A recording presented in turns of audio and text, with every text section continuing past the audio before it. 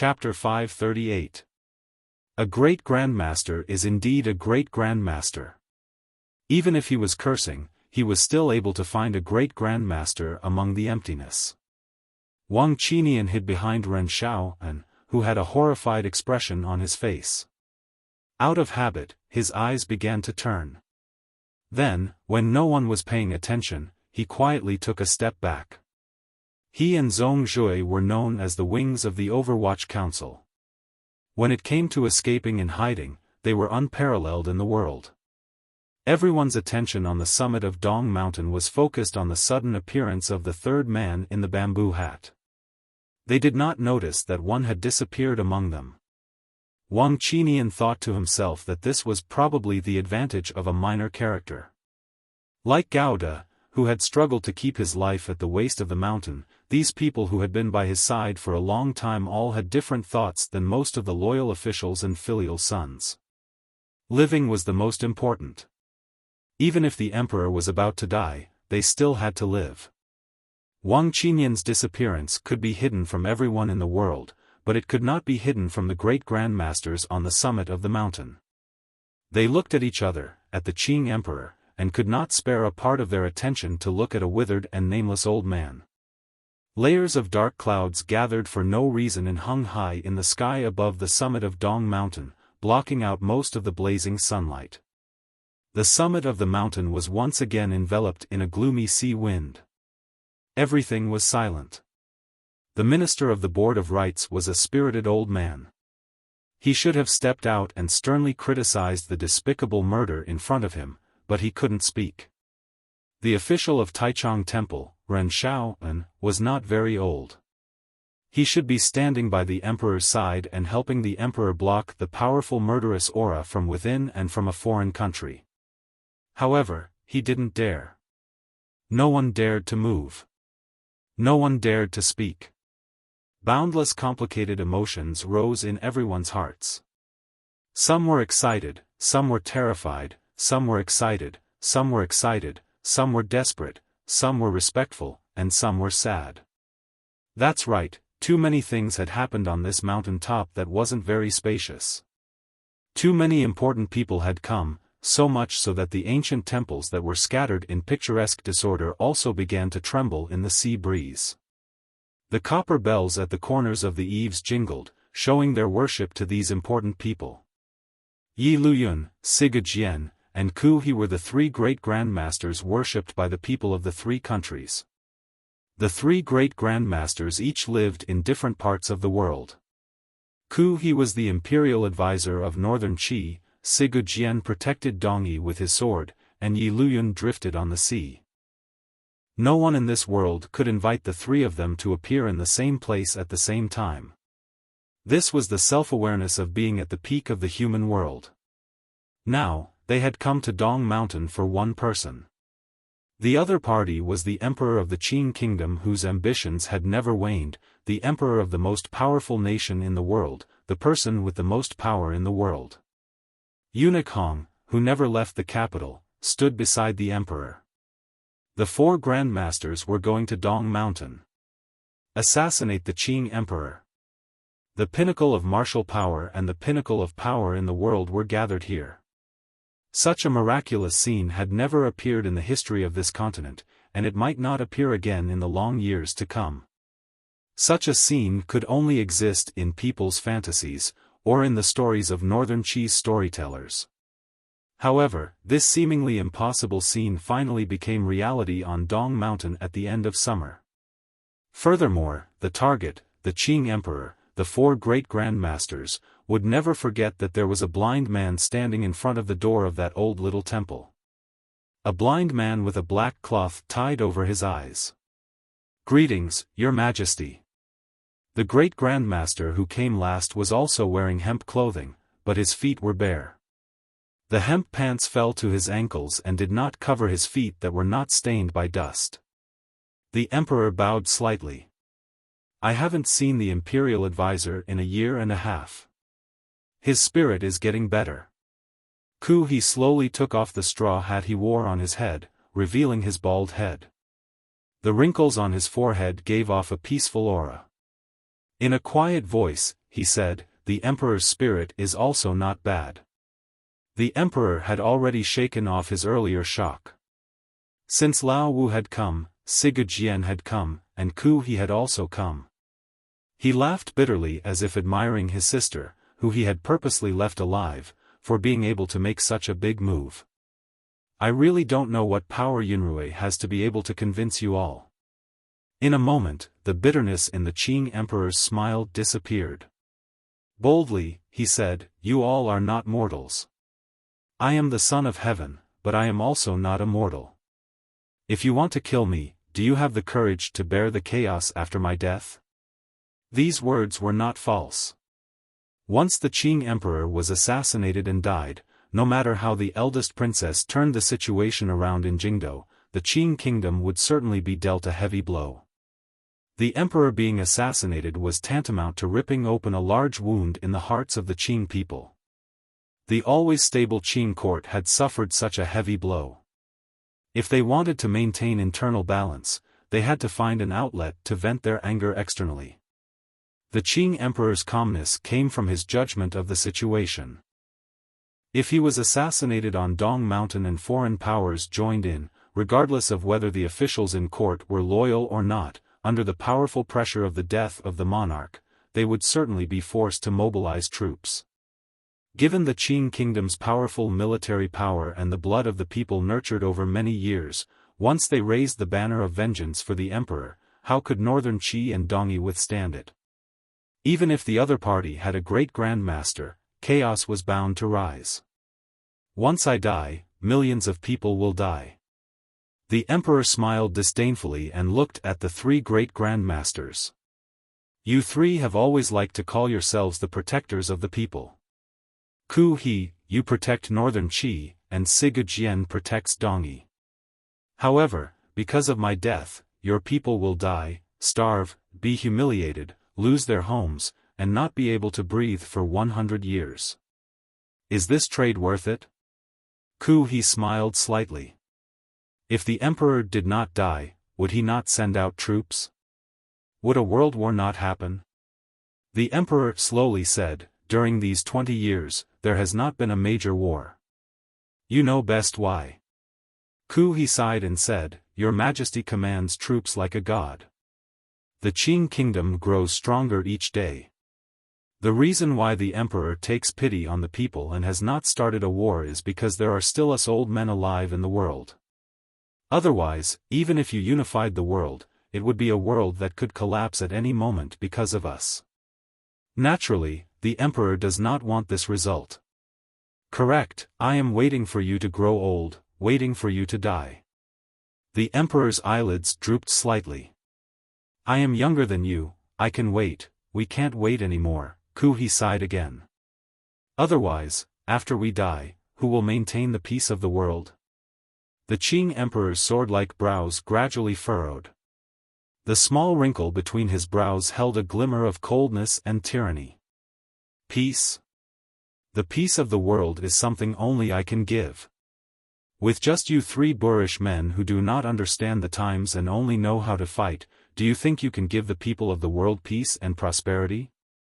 The northern Qi imperial advisor, who was the last to ascend the mountain, smiled warmly and said to the Qing emperor in a quiet voice, 1,000 years later, no matter how the history books discuss the Dong Mountain incident today, it is not something we mortals can control. Each person is unable to take responsibility for the distant future. What we want to see is the present in this peaceful world. Ku He pressed his palms together slightly and said, at least before the three of us die, before we grow old, we have to take some responsibility for the world. So I must die. The Qing emperor smiled slightly and turned his head to look at Yi Luyun. Uncle, you are a person of the Qing kingdom. How carefree you are to ride a boat on the ocean. You want me to die. Is it for the peace of the world? Don't forget, the Qing kingdom has fought north and south and killed countless people. Your Yi family will take 30% of this. Without waiting for Yi Luyun to reply, the Qing emperor turned to Sigurd and smiled coldly. What about you? A sword fanatic who kills people like grass has the world in his heart? Did you kill your entire family for the sake of Dongyi's peace? In the end, the Qing emperor gazed disdainfully at Ku He and said, Tianyi Dao has a great reputation for ascetic cultivation, but you cultivators do not produce and are all supported by the people. What do you count as? You are nothing more than a group of vermin. Fight against the moon. The Qing emperor shouted coldly. Don't think that just because you've shaved your head, you can wash away the blood on your hands. Uncle, you are only doing this for the continuation of your family. Of course, I had originally intended to kill you here. If you want to kill me, I have no complaints. Siga Jian, you have protected Dongyi for many years. I want to destroy Dongyi. It is reasonable for you to assassinate me. Ku He, you are the imperial advisor of Northern Qi. I want to swallow up Northern Qi. There is no need to say more about your wild actions. The three of you have a reason to kill me, and you also have the qualifications to kill me, but... He looked at the three great grandmasters with earth-shattering cultivation, and could not suppress his disdain. You all have your own little schemes in your hearts, so why bother to come up with an excuse to deceive the world? Wearing 3 straw hats and 3 hemp clothes, do you think you are common people? Wrong. You are monsters that should not exist in this world. The Qing emperor stared coldly at the 3 great grandmasters. Are you worthy to plead for the lives of tens of thousands of people? The Qing emperor gently waved his sleeve and laughed. His laughter was full of disdain and mockery. Perhaps it was mockery of the 3 great grandmasters who stood at the peak of the world, or perhaps it was mockery of his own fate of being defeated by the will of heaven. Never mind, the will of heaven has always been unfair. 3 ignorant people are going to ruin my great plan. For 20 years, I have often asked the heavens why they were not born 1,000 years ago or 100 years ago. Why did they have to give birth to you old monsters when I was alive? The most powerful middle-aged man in the world suddenly withdrew his smile and coldly said, Now that everyone is here, what are we waiting for? After Eunuch Hong withdrew his aura, the Qing emperor stood by his side with his head held high. Surrounded by 3 great grandmasters, he laughed and talked without fear. What kind of confidence and spirit was this? If it had been any other powerful noble in the world placed in his current situation, no matter how clear-minded they would have sunk into an unbearable emotion. Only the Qing emperor continued to speak confidently and with assurance. There was not a glimmer of fear between his brows and in his eyes. There was only a glimmer of calmness after astonishment, as well as a faint glimmer of melancholy and helplessness after the calmness. He separately questioned the 3 great grandmasters coldly. His insufferably arrogant attitude did not weaken in the slightest because of the current dangerous situation. His long years of cultivation as the most powerful person in the world allowed him to naturally reveal the unparalleled dignity of an emperor even though he was surrounded by the peak of human power. Given the Qing emperor's methods, boldness, and determination, there were already signs of unifying the world 20 years ago. He had the ability to complete this great undertaking and create another country after the Wei Kingdom. The Qing emperor would also become the true ruler of the world. 20 years ago, the Qing kingdom's pace of unifying the world was forced to slow. In the process of the Qing kingdom replacing the Wei kingdom and becoming the most powerful country in the land, the martial realms of the world suddenly took a leap. Beginning 30 years ago, a number of great grandmasters gradually appeared in the world. In the history of the human race, there had never been a monster who could single-handedly oppose the machinery of a country.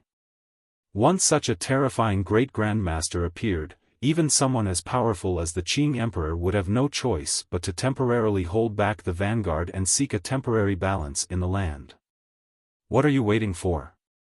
The Qing emperor once again repeated in a mocking tone. A proper great grandmaster is afraid of me? Zhang Mingyue, you've remained hidden.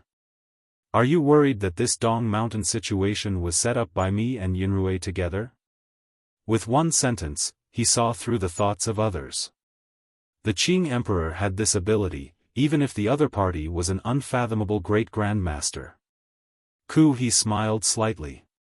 The faint light reflected off the black clouds above his head. His entire person seemed to have become one with the summit of the mountain. In an even voice, he replied, "When all is said and done, Northern Qi and Dongyi have been harmed badly by the emperor and the eldest princess these years."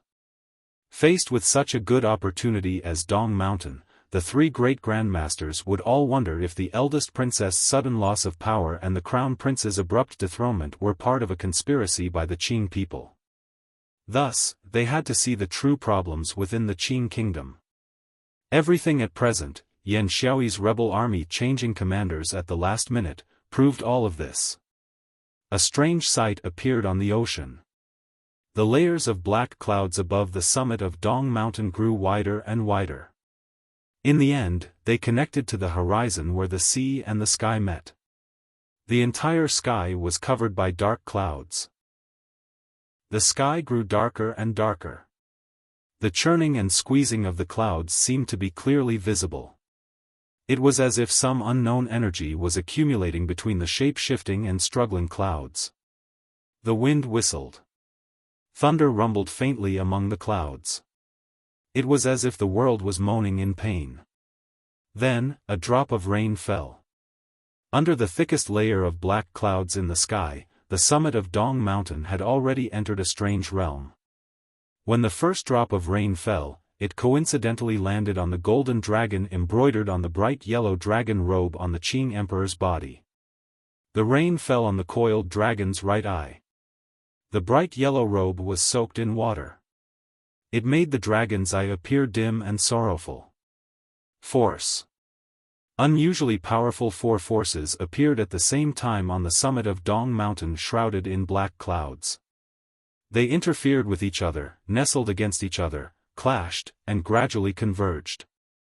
They wanted to charge into the sky and compete with the heavenly might hidden in the thick clouds above the summit. Solid. The four forces contained tangible power. They merged perfectly together and advanced to a mysterious realm. When the first drop of rain fell, they controlled everything on the summit of Dong Mountain. All life began to lose control of their own hearts in this realm of reality and force. The Qing officials and priests of the temple did not fall to the ground because of the terrifying pressure. They were still standing. However, their entire bodies were frozen. There was not a sliver of possibility of moving. They were terrified, but they could not narrow their eyes. They lost control, but their urine could not wet their clothes. They wanted to scream, but they could not open their mouths. The long grass around the summit fell down like swords, piercing toward the center of the field. It was like they were worshipping the monarch of the mortal world. The copper bells on the eaves of the temple swayed gently. The metal inside also moved harmoniously with them and could not make any sound. The yellow soil on the ground slowly retreated toward the cracks in the stones at a speed visible to the naked eye. It shrank into a line, a quivering line, avoiding this boundless power. There was not a sliver of sound. All of it was sealed within the thick barrier formed by the terrifying power. The thunder of the killing clouds and the soft murmur of the raindrops moistening the earth all became the subtitles of a pantomime. One could see the form but not hear the sound. Surpassing the 9th level and breaking through the 9th level. Humans had always wondered what kind of situation would occur once such power was fully displayed.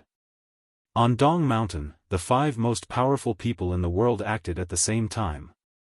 This power even faintly surpassed the limits of humans. It began to move infinitely closer to the illusory path of heaven. The wind rose without a sound. The heavy rain fell without the sound of a drip. The rain struck Master Ku's old face. It was not turned into powder by the pure Zhenqi in his body. Instead, it gently and naturally slid down, wetting the front of his clothes, his hemp clothing, and his bare feet. The wild wind on the summit blew his clothes backward. He was like a mountain, standing quietly at the summit, welcoming the wind and rain. He did not purposely resist. He only gently and naturally mixed in with the wind and rain.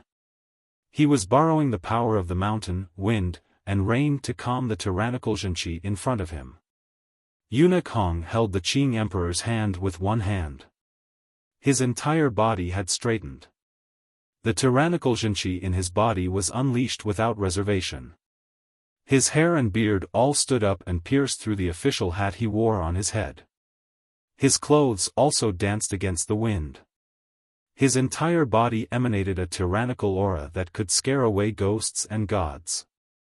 It was as if he wanted to completely crush the mountain, wind, and rain. A strange light suddenly flashed through Master Ku He's eyes. It was a strange light that was completely at odds with Tianyi Dao's righteous and peaceful nature. His lips muttered something, but it was impossible to hear what he was saying. It made his body sway helplessly in the wind and rain, but there was not a trace of dejection. Of the four powers present, only Eunuch Hong used his full strength. His aura shot into the sky, shaking the rain around him and the emperor into a pink mist. It spread around them and blurred the scene within. In the end, tyranny could not be maintained, particularly this kind of heaven-shaking tyranny. Eunuch Hong's eyes shone with a strange light. His entire person seemed to have become decades younger. Was he using up his life and Zhenqi to delay these three great grandmasters for an instant and give Wu Zhu a chance to save the emperor? Wu Zhu stood in the rain and allowed the rain to wet his black cloth. He did not move at all. Just because he did not move did not mean he would never move. Sigu Jian was like a streak of rain that had changed direction. Slicing through a black shadow, he stood between Wu Zhu and the Qing emperor like a ghost. Sigu Jian also did not move. He only gathered his power. He lowered his head with the straw hat covering his face. The rain that filled the sky seemed to want to completely swallow this short man in hemp clothing. No matter how large the wind and rain was, it was unable to swallow the sword he held upside down in his hand.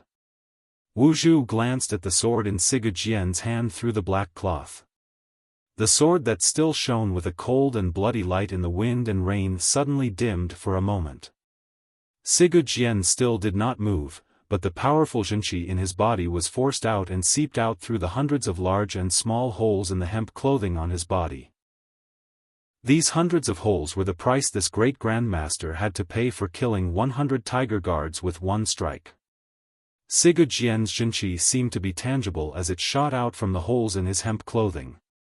Although it did not make a sound, one could feel it clearly from the rapidly swaying shape of the hemp clothing through the holes. After these pieces of Zhenqi were forced out of his body, they did not break through the air. Instead, they danced around his body in a sharp arc. They danced around his body, causing the rainwater to dance. The rainwater became blades that danced noiselessly in the air. They were transparent and looked incomparably magical. Wu Zhu slowly lowered his head and flipped his hand around the metal drill at his waist. His brows furrowed slightly. In an instant, the blades of rainwater around Sigu Jian's body danced even more violently. They severed all life around him and enveloped the entire summit of the mountain in an atmosphere of despair and ruthlessness. Sigu Jian had not drawn his sword because he was a foolish and stubborn sword. Yi Luyun also did not draw his sword because his sword had already pierced into the cliff at the foot of the mountain. Among the 5 great grandmaster-level peerless powerhouses present, only he looked a little lonely at the moment. He was a Qing person. He was the protector of the Yi family. He was called uncle by the Qing emperor. He wanted to kill the Qing emperor. His hands, which could cut through gold and jade and collapse clouds and capture the wind, were still firmly and gently placed in his sleeves. They still did not extend out. Master Ku He was the first to move. He moved 1 foot. He only took a step toward old Eunuch Hong's side and took a light step. Eunuch Hong felt like a mountain was pressing down on him. Raising his eyebrows, he bent the middle finger of his left hand slightly and struck out. Like a bolt of lightning, he used pure tyrannical power to break his opponent's harmonious stance. The mountain broke. The rain arrived. He pressed his palms together. The wind and rain in the sky changed direction in an instant and pounced toward Eunuch Hong's face, which had suddenly become dozens of years younger. When the rainwater touched Eunuch Hong's face, it did not leave any marks. However, there seemed to be a few more wrinkles on Eunuch Hong's smooth face. His entire person seemed to have aged a great deal. However, the rainwater immediately evaporated. Eunuch Hong dug out his index finger again and tapped it down in the air in front of him. Although it was silent, it caused the rainwater to move out of the way. It caused the stone tiles to split open, revealing the yellow soil below. Even the yellow soil could not withstand such a ruthless aura. Countless grains rolled and twisted, forcing out the moisture. He was like a fallen leaf, not touching the rain as he drifted back. The stone tiles he had stepped on earlier suddenly disappeared. Drying in the torrential rain, it revealed the cracked ground like yellow sand. He felt pity in his heart. He knew that this companion, who had hidden in the Qing palace for decades, had thoughts of leaving. Otherwise, he would not have chosen such a forceful method. What kind of tyrannical Zhenqi was this? With such powerful Zhenqi released, even the body of a great grandmaster would not be able to withstand it for a moment.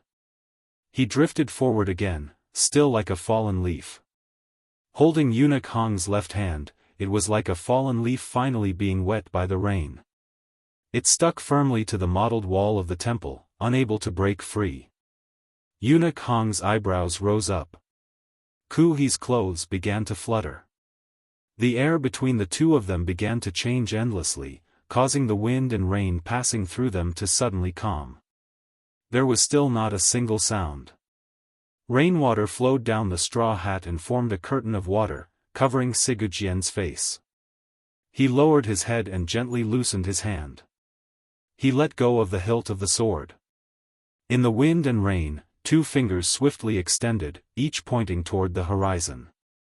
His fingers drew across. The wind and rain around him immediately became chaotic. Sword intent exploded. The long sword slowly drew down from his hand. It froze in midair and no longer fell. In an instant, it regained its luster. A bright light pierced the tip of the sword from the hilt. Murderous intent pointed toward the earth and the sky. It pressed forward with an unstoppable force. A bottomless black hole appeared out of nowhere in the ground. Wu Zhu lowered his head and tightened his grip on the metal drill. His thumb pressed against his index finger. His knuckles were slightly white. Yi Luyun knew he had to act. This last attack had to be completed by him. This was the most important part of the agreement. He slowly opened his eyes. His gaze was already calm. He extended a pair of pure white jade-like hands from his sleeves. Yi Luyun attacked with all his strength. The balance of power on the scene was immediately broken.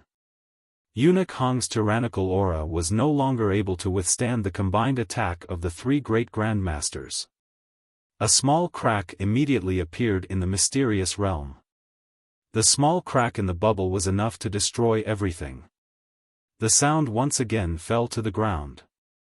A muffled sound rang out between He and Eunuch Hong's body. Earlier, two streaks of Zhenqi of completely different natures had collided, but the sound had been delayed until now. The muffled sound was like thunder and wind. The hemp clothing on He's arms was completely shattered, revealing his old arms covered in blood. However, his gaze was still calm and peaceful. His hands gently brushed against Eunuch Hong's right hand. The fallen leaves were blown by the mountain wind. They drew strange but seemingly natural marks as they floated up. The imperial advisor's right palm gently caressed Eunuch Hong's chest. Eunuch Hong's face seemed to age even more. Then, Eunuch Hong's chest suddenly swelled up violently. It shook aside imperial advisor He's palm that carried the power of heaven and earth. He's face paled. He then gently pressed down a second palm. The emperor sighed and released the hand that had been holding eunuch Hong the entire time. The sound of his sigh rang out on the summit of the mountain that had been silent for a long time. It appeared desolate and calm. The waves only bloom for a moment, but they are no different than a millennial stone. Luyun is the same. The emperor is the same. Yi Luyun expressionlessly finished reciting this verse and came to stand in front of the Qing emperor. Ku He and eunuch Hong were together. Wu Zhu and Sigu Jian were together. There was no one else in the world who had the right to stop him from completing the final attack to assassinate the emperor. A bolt of lightning in the sky finally reached the summit of the mountain. The sound of rain grew louder. The lightning flashed and disappeared. It only lit up for a moment. It was truly in the time it took for a spark to fly off a flint. In this instant, Sigu Jian saw Wu Zhu loosen his grip on the metal rod. Sigu Jian's mouth split into a grin. The two fingers on his hands bent. The rainwater at his fingertips dripped down. The long sword that had been floating in the air beside him flew out with a whoosh. It circled around his body in a semicircle and pierced straight toward the Qing emperor's back. In front of him was Yi Luyun. Behind him was Sigu Jian's indomitable and concentrated Jinqi attack. Even a great grandmaster would not be able to deal with it. The matter had finally reached its end. The Qing emperor had already let go of eunuch Hong's hand. He did not want this old eunuch to be unable to enjoy himself in the battle between the great grandmasters because of him. His right hand trembled, but his expression was incomparably calm. He had already prepared himself to welcome death. People were always going to die. The rainwater entered the emperor's lips with a slightly bitter taste. The dragon in his robe was drenched in the rain and struggled in the clouds. It appeared particularly unwilling. After the lightning, thunder finally descended on the summit of the mountain. With a crack, it rumbled repeatedly. The Qing emperor stood proudly on the summit of the mountain, waiting for death. Chapter 539. I said I wouldn't read the book review section anymore, but I still couldn't resist reading it. Then, I smiled. There was one review that was really interesting.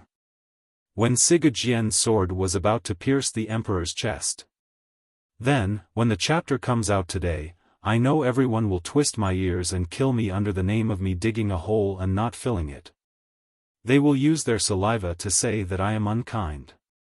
Recently, I have often thought about a problem.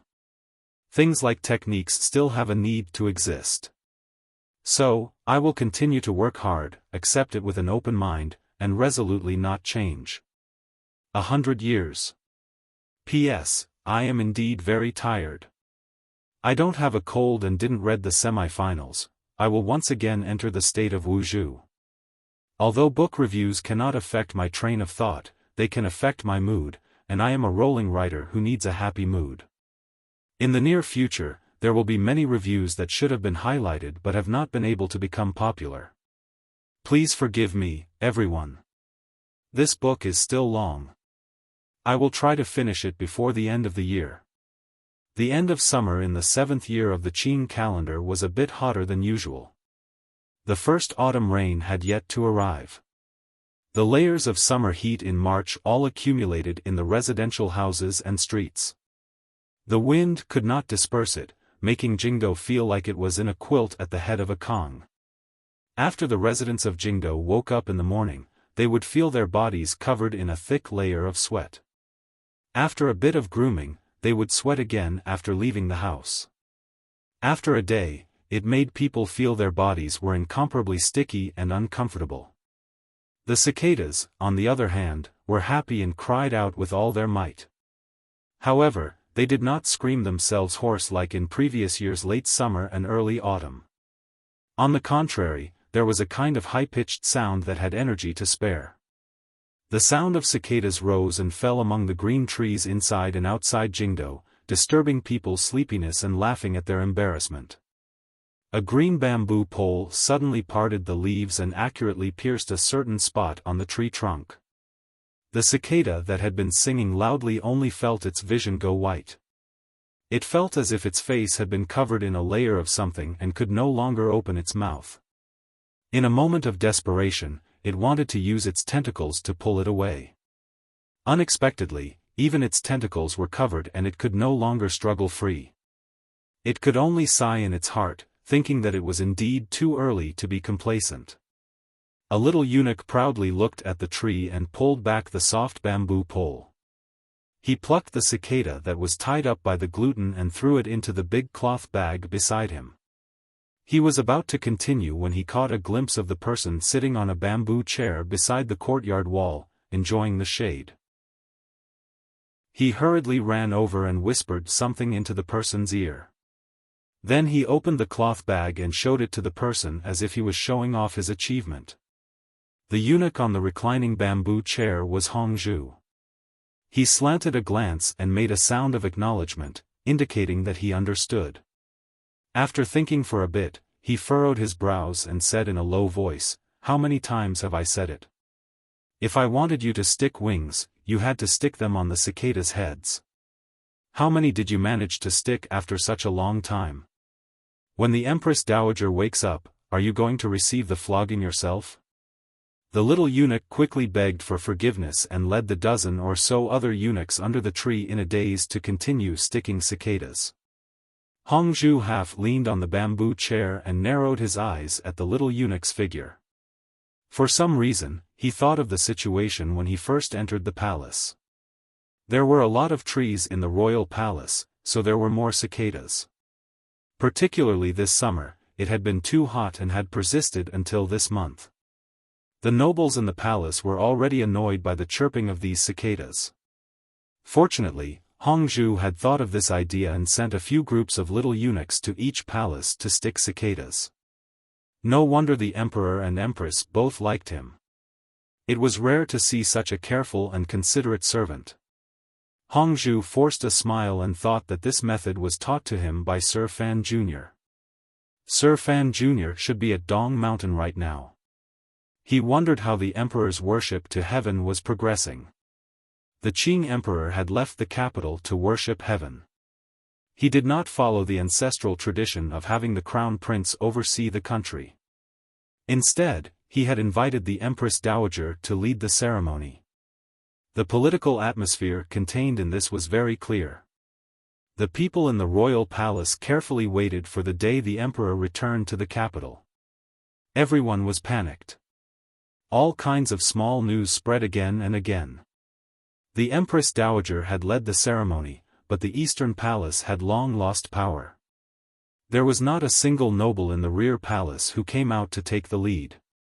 The peace within the palace walls could not help but show a kind of panic. Hongzhu was an exception in this panic. He had originally wanted to stay in the Eastern Palace to serve the Empress and Crown Prince. For some reason, the Empress Dowager had moved him to Hongguang Palace. Half a year ago, the Eastern Palace had caught fire. Everyone in the royal palace knew that the eunuchs and serving girls in the Eastern Palace and Guangxin Palace had all mysteriously died. Although no one dared to discuss this matter, they felt a bit more respect and distance toward Hongzhu, the only survivor. Everyone had died. Eunuch Hong was still alive. This matter was terrifying in itself. Hongzhu stood. His heart was a bit dim. Yes, he was a servant, but he was a loyal and affectionate servant. Thus, at this moment, in the palace, he didn't know what to do. Looking at the dispirited Eastern Palace, he actually felt a bit sad. He walked toward Hongguang Palace with his body slightly bent. He was young, but he was beginning to have the old eunuch Hong's smell of a dead person. The soldiers of the 13 city gate guards forced themselves to be alert in the summer heat. They carefully examined the documents of the people entering the capital. The Jingdo garrison raised their guard in the Yuantai camp.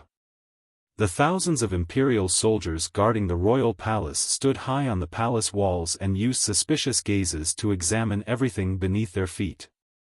The entire defense power of Jingdo was controlled by the hands of these three groups of soldiers. In such a strange and quiet situation, the slightest carelessness could cause great chaos. None of the three sides dared to relax at all. With the great prince in the lead, they forcefully suppressed everyone's disloyal thoughts and movements. The common people of Jingdo were not as nervous as the officials and soldiers. In such hot weather, the wealthy people of the Qin kingdom did not want to stay at home and endure the heat. Instead, they were used to hiding in shady tea houses. They drank inexpensive cold tea and enjoyed the large leaf fans produced by the palace treasury. They talked about recent events in court and the gossip of their neighbors. For the people of Jingdo, the royal palace and their neighbors did not seem to be much different. The cicadas cried out loudly in the trees outside the tea house. A few even blindly stopped on the green banner outside the tea house and painted the large T into 2. These hissing cries just happened to cover up the discussions of the busybodies in the tea house. They were discussing the matter of the emperor's sacrifice to heaven. The news had spread for many months. Everyone under heaven knew that the emperor had made up his mind to depose the heir. However, the crown prince's behavior these 2 years was benevolent and steady. It was very different from how he had been in the past. So, the officials and common people were all muttering in their hearts. Why did the emperor depose the heir? Not many people dared to ask this to his face, but there were always people who dared to talk about it behind his back. Overall, the people of Jingdo had enough sympathy and comfort for the crown prince of the Eastern Palace. Perhaps it was because people had a spiritual need to sympathize with the weak, or perhaps, as common people, they always wished for the world to be more peaceful and did not want to create too many disturbances because of deposing the heir. Of course, the people of Jingdo, including the civil officials in court, had not thought that the storm at the turn of the summer and autumn of the 7th year of the Qin calendar would, in a way no one had expected, roll through like thunder and sweep up everyone and all of Jingdo's land. With a whoosh, a strong wind rose without warning through the wide streets of Jingdo and the densely packed residences. It passed through and swept past. The wind came too suddenly. It blew off the hats of the sleepy peddlers who had set up fruit stalls and had their heads down, revealing a pair of muddled eyes. It blew the fruit peels all over the street, and the cicadas on the green banners outside the tea houses could no longer stay and fell to the ground with a clatter. The word tea became tea. The customers sitting by the railings of the tea houses looked out curiously. They felt depressed in their hearts. It had already been stuffy for 3 months. Was a timely autumn rain finally going to fall? Then, they saw that the originally blue sky was suddenly covered by layers of cumulonimbus clouds surging in from the southeast. It was as if a large cover had been added to the sky above Jingdo. The shade enveloped the city walls and the people within. The clouds twisted and rolled endlessly like countless huge dragons in formation. Occasionally, strands of cloud would be pulled out. It looked very terrifying. Such thick black clouds were a sign of the heavy rain that was about to follow. Looking at the clouds, this heavy rain would probably be unusually fierce. The customers were not shocked. On the contrary, they were happy. They thought to themselves that the heavens were finally willing to clear up the world. With a crack of thunder, the rain finally came crashing down. The people on the street all moved out of the way. The customers upstairs narrowed their eyes and happily admired the rain that they hadn't seen in a long time, as well as the unique beauty that seeped out of the wet courtyard. The rain was not particularly heavy, but it was particularly cold. In a moment, the customers began to feel a chill. They couldn't help but be surprised. They thought to themselves that in the past, the autumn rain had only come down. There had to be 3 showers before it could completely dispel the summer heat. Why was the rain so cold this year? Given the knowledge of the people of this era, they did not know that a dozen days ago, the largest hurricane of the summer had risen on the surface of the East Sea. This hurricane charged straight toward Dong Mountain and dropped countless drops of rain on the ground 50 li from the coast. Its momentum did not decrease. It continued to carry with it the evaporating water vapor and humidity from the sea as it headed straight into the heart of the Qing kingdom. This hurricane was very interesting. Along the way, it didn't cause much damage. However, it brought an immediate cooling rain to the Qing kingdom, which had been sweltering for a long time. The customers rubbed their hands and drank their hot tea, silently cursing the heavens for being too strange. No one had brought umbrellas when they left the house. It was impossible for them to bring unlined clothing. They could only forcefully endure the chills in the building. "What happened?" someone suddenly asked curiously as he gazed in the direction of the city gate. Hearing these words, the lively people all gathered around the railings of the tea house and looked in the direction of the city gate. Separated by layers of rain and mist, they couldn't see clearly what had happened. They could only faintly feel a wave of noise and the panic of the soldiers. The 4 city gates of Jingdo were all guarded by the soldiers of the 13 city guards. The military was always strictly guarded. It was rare for such a situation to occur. All of the customers were curious. Naturally, it was not an army coming to attack the city. First of all, regardless of how absurd the thought itself was, even if an army did attack the gates of Jingdo, the garrison on the perimeter would be the first to meet the enemy. The watchmen the city gate guards had set up in the corner towers would also sound the alarm at the first instant. The clip-clop of horse hooves broke through the rain on the long street. The sound was urgent. The customers focused their gazes and saw a handsome horse galloping quickly toward the city gate. There was only one horse. Everyone understood that there must be an urgent message coming into the city from somewhere. They all relaxed. Seeing the white foam at the corners of the horse's mouth and the dust-covered and haggard appearance of the rider, everyone's hearts tightened again. They all wondered if something had gone wrong at the border. The rain continued to fall.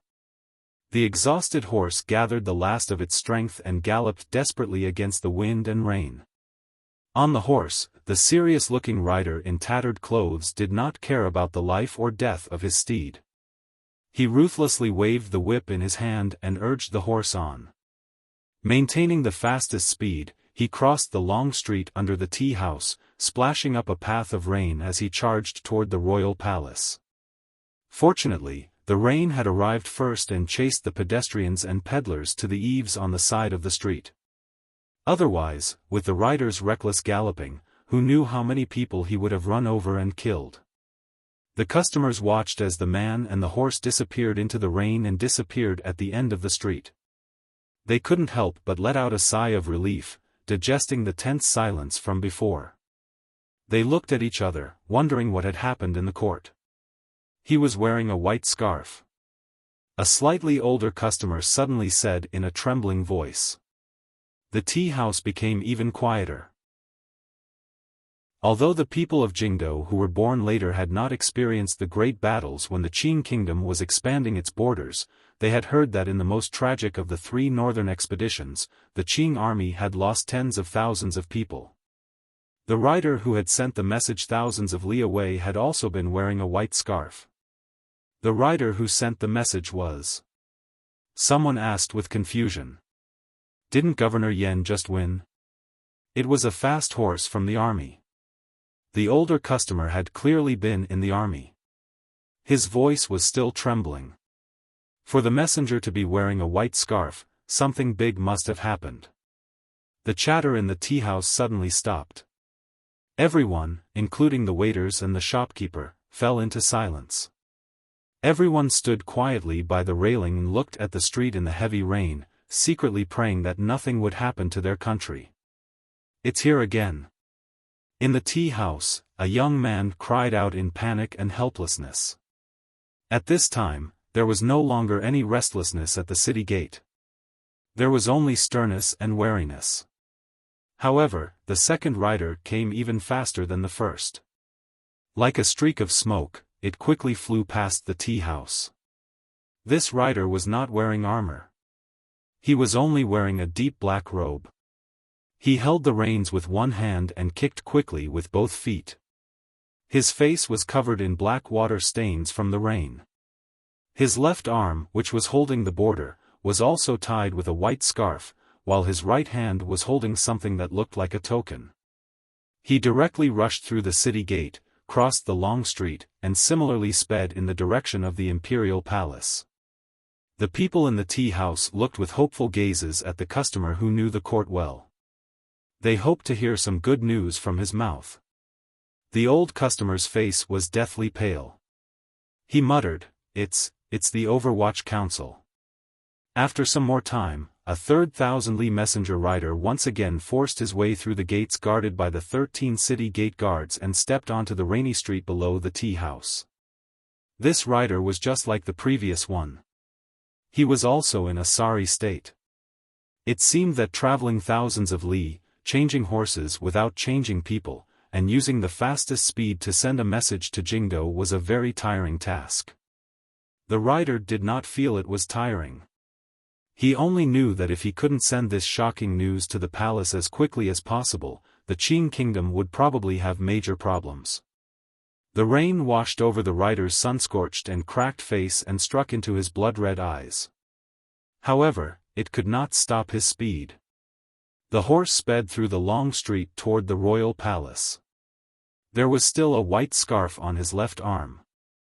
The customers in the tea house had become numb from the repeated shocks. They all opened their mouths but couldn't say anything.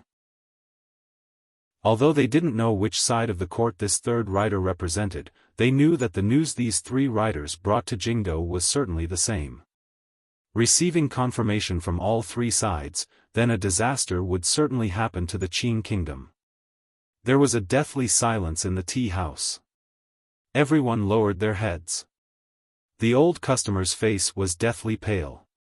Trembling, he sat down. His vision darkened, and he fainted to the ground. Everyone quickly went forward to help. No one noticed that the rain outside the tea house had lessened slightly. Although the rain was light, the chill had arrived. The cicadas, who had been swaggering around a moment ago, finally began to feel the irresistibility of fate, began to feel the impermanence of life, began to feel the desolation of autumn, and began to burn their own lives. In the streets and alleys of the capital, they incessantly chanted their last words. Hiss, hiss, dead, dead, all of Jingdo began to sink into an unknown fear and bewilderment. People didn't know what had happened. In the evening, they heard the bell in the corner tower of the royal palace slowly and startlingly strike against the background of the red dusk after the rain. Dong! Dong! Dong! In the depths of the palace, there were many people in the spacious Taiji Palace, but it was absolutely silent. The Empress Dowager of the Qing Kingdom, who was temporarily in charge of state affairs, had already walked out from behind the curtain of beads. Her phoenix robe was solemn and dignified. The Empress Dowager stood coldly in front of the dragon chair. Her right hand was supported by eunuch Ho. Hongzhu stood to the side with brush and ink. He saw clearly the Empress Dowager's hand trembling endlessly in eunuch Ho's. Kneeling below the palace were three extremely exhausted reporters. The rain on their bodies had soaked the luxurious blankets. However, they still knelt with their heads lowered, not daring to make a sound. They were terrified that they, the unlucky crows, would ultimately destroy the fortune of this palace that had stood proudly in the world for 30 years. The Empress Dowager glanced coldly at the three of them. Gritting her teeth, she coldly scolded, "What are you crying about?" After these words were said, the mournful and crying concubines in the palace forcefully stopped their tears. However, they could not wipe away the terror and fear on their faces. With eunuch Ho's support, the Empress Dowager sat on a chair beside the dragon chair and said, "Immediately close the palace. Prince Heching will be in charge of the royal palace guards. Those who disobey will be executed." Yes. The princes all responded. The great prince, with hot tears in his eyes, raised his head and glanced at his grandmother with surprise. He felt the heavy burden on his body. However, his emotions were unusually agitated. He had no way of understanding what the Empress Dowager's edict meant. The Empress Dowager continued, summon the scholars Hu and Su into the palace. Yes. Summon the commander of the city gate department, Zhang San, into the palace. Yes. Immediately close the city gates. Without my orders, do not open them. Yes. The Dingzhou army has delayed by offering prisoners of war. Order Yi Zhong to return within 2 days. The frontier is strained. The affairs of the state should be the most important. Yes. The Empress Dowager's brows suddenly furrowed. Although she had been calm the entire time, she still felt her head begin to buzz. She gently rubbed her temples and thought for a moment before saying, "Summon King Jing, Minister of Revenue Fan Jian, and Qin Hung into the palace." Yes. In the end, the Empress Dowager coldly said, "Have the Empress and the Crown Prince move to Hanguang Palace. Lady Ning and Yi Guipin also come. Bring the third prince's child." The great prince lowered his head. His heart tightened. He knew that his grandmother still did not trust him. In his sorrowful emotions, he did not want to fuss over these things. It was already dusk. The bells outside had stopped ringing. The candlelight in Taiji Palace flickered. It looked bleak and uneasy. The true controller of the Qin kingdom, the old Empress Dowager, suddenly coughed. A complicated emotion flashed through her eyes. Lightly, she said, "Have the internal court invite the eldest princess and Princess Chen to temporarily stay in the palace. Fan Xian's pregnant concubine will also enter the palace." Yes, the Empress Dowager had not paid attention to matters for a long time. However, each of her edicts was clearly aimed at people's hearts. She was trying to cut off Jingdo from the outside world in the shortest amount of time and control those who could cause unrest within the royal palace. Suddenly, a childless concubine cried out wildly, "Fan Xian assassinated the emperor. The Empress Dowager wants to confiscate his entire family. How can he let his family enter the palace?" After these words were said, the entire palace fell silent. The Empress Dowager looked coldly at the concubine like she was looking at a dead person. Slowly, she said, "Drag her away and bury her." A few guards and eunuchs went forward and dragged the concubine, who had already sunk into a crazed state. No one knew if they would bury this pitiful person in the mud under the flowering tree in the palace. The Empress Dowager swept her gaze coldly over everyone in the palace and said in an icy voice, "Watch your mouths and brains. Don't forget, there is still a lot of empty space in the palace." Sorrow rose in everyone's hearts, but they didn't say anything. The sorrow and confusion in their hearts were the same as this concubine's. However, they were not crazy, so they didn't speak. "Where is Chen Pingping?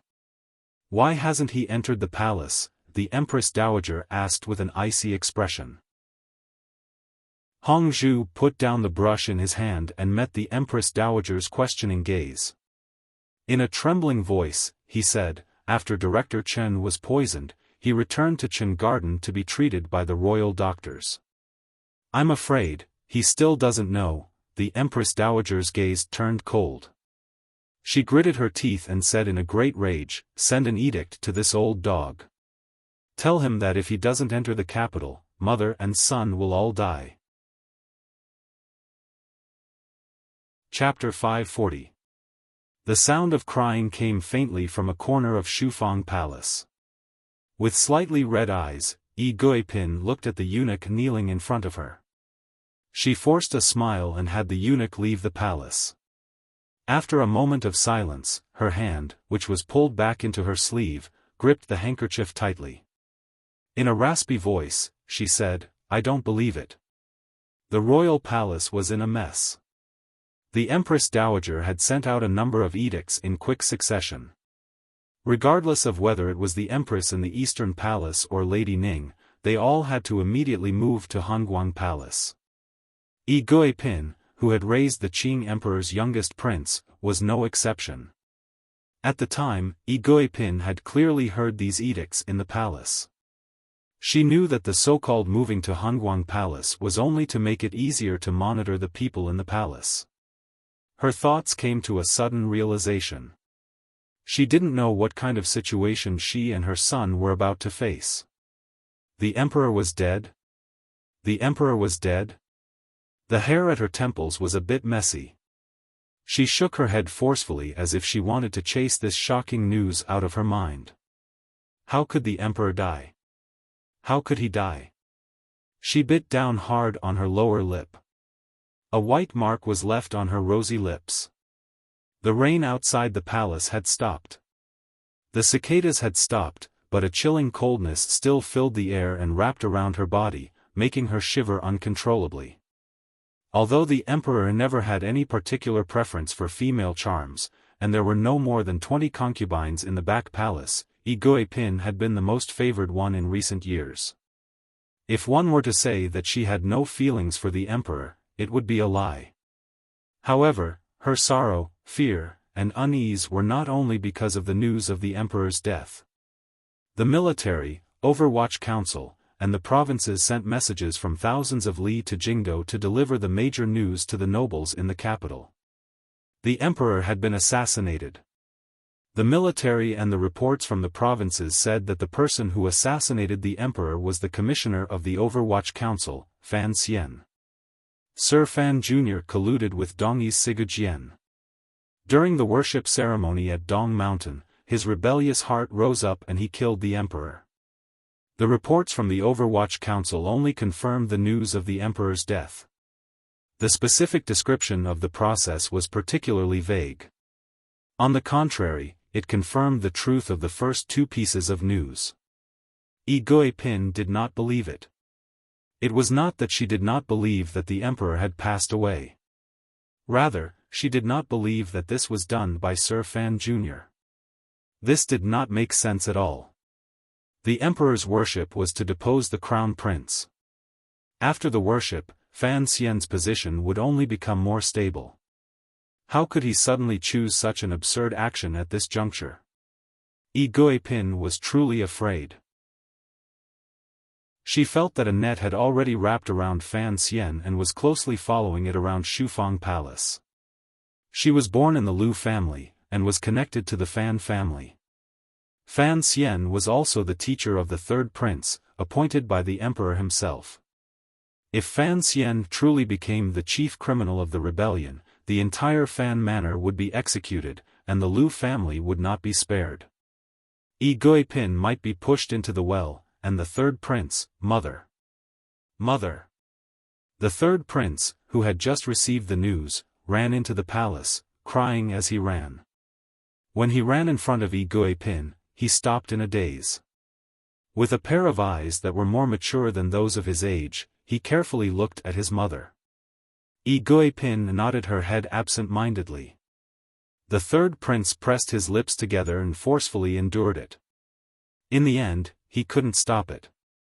With a loud cry, he threw himself into Pin's arms. A moment later, Pin gritted her teeth and pulled her son out of her arms with all her might. Looking fiercely into his eyes, she said forcefully, "Don't cry. You're not allowed to cry. Now is not the time to cry. Your father is a monarch of indomitable spirit. You can't cry." The third prince, Li Chengping, sobbed but stood resolutely in front of his mother and nodded his head heavily. Long years of life in the palace and a year with Fan Xian in Jiangnan had long tempered the temperament of this ruthless prince, who dared to open a brothel at the age of 9. He knew that what his mother was about to tell him was very important. Right now, the word is that it was your teacher, Sir Fan, who assassinated the emperor. Pin stared into her son's eyes. After a moment of panic in the third prince's eyes, he immediately calmed down and said hatefully, "I don't believe it. Master isn't that kind of person. Besides, he has no reason to do so." Pin forced a smile and patted her son's head. "Yes, although there are reports from the military and the provinces, not many people will believe that your teacher would harm the emperor. You have to know that he is your father's most valued official. We're not the only ones who don't believe it. Yi Guipin gritted her teeth and said, the Empress Dowager also doesn't believe it.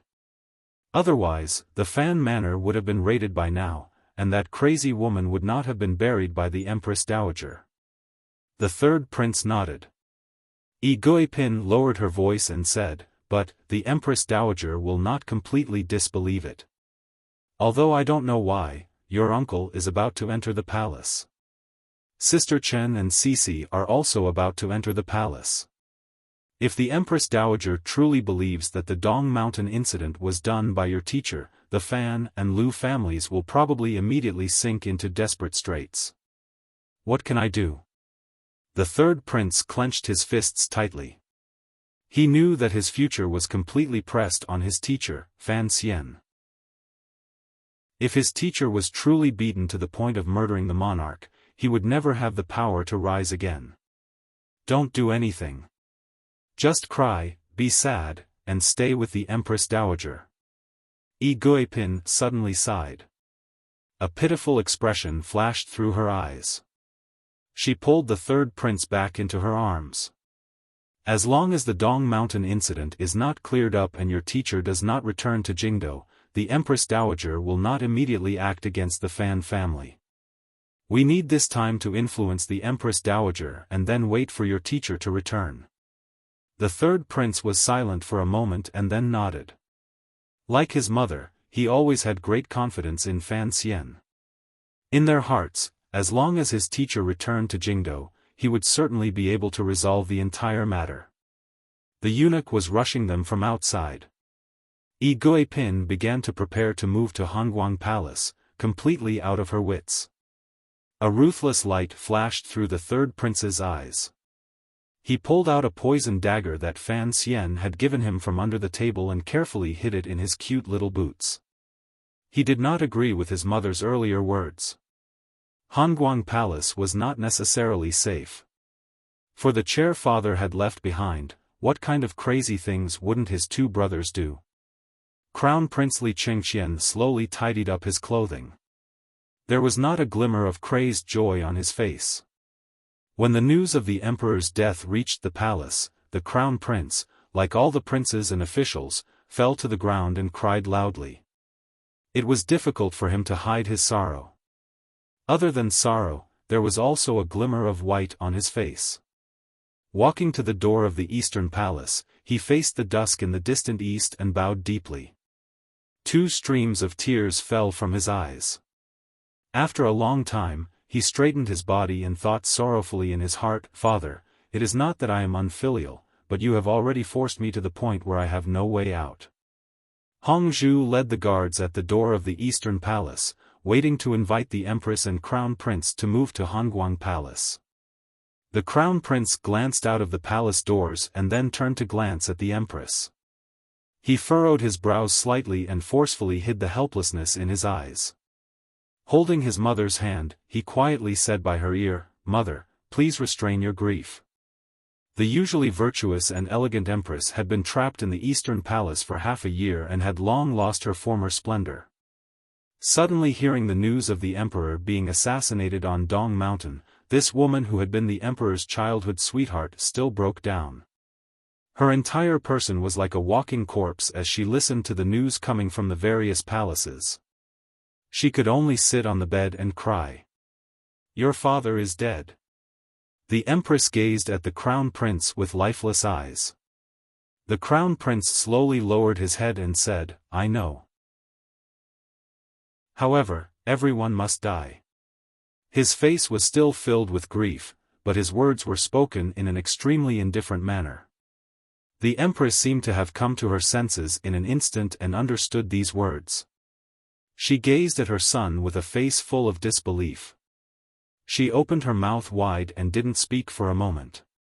The worship to heaven is not complete, the crown prince said in a low voice.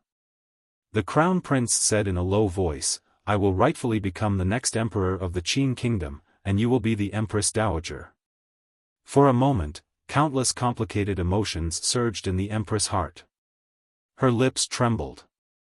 It was not until a long time later that she stuttered out, yes, yes, yes.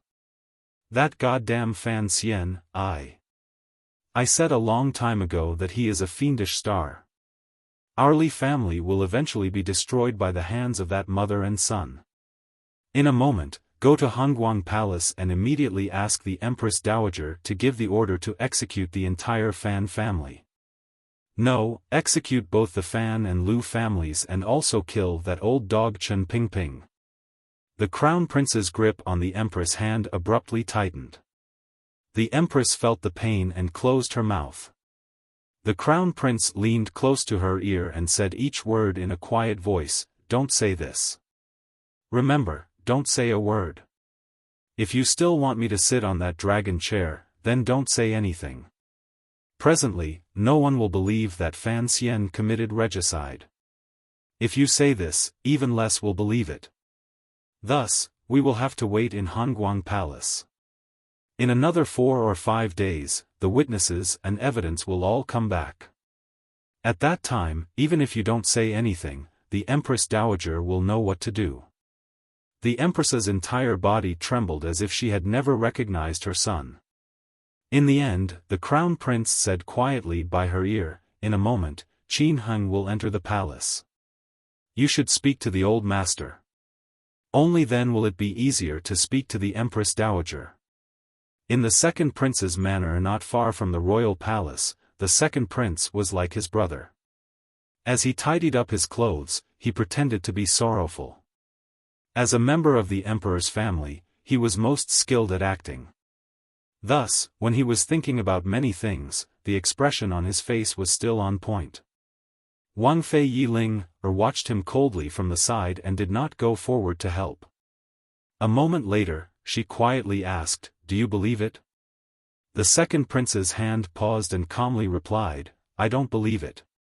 I admire Fan Xian. He has no reason to do such a thing." Yi Ling furrowed her pretty brows and asked, "Then, why are all the rumors saying this?" "Rumors are just rumors.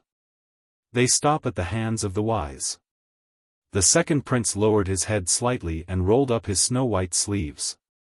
He was wearing a light-colored unlined robe and appeared particularly low-key and silent.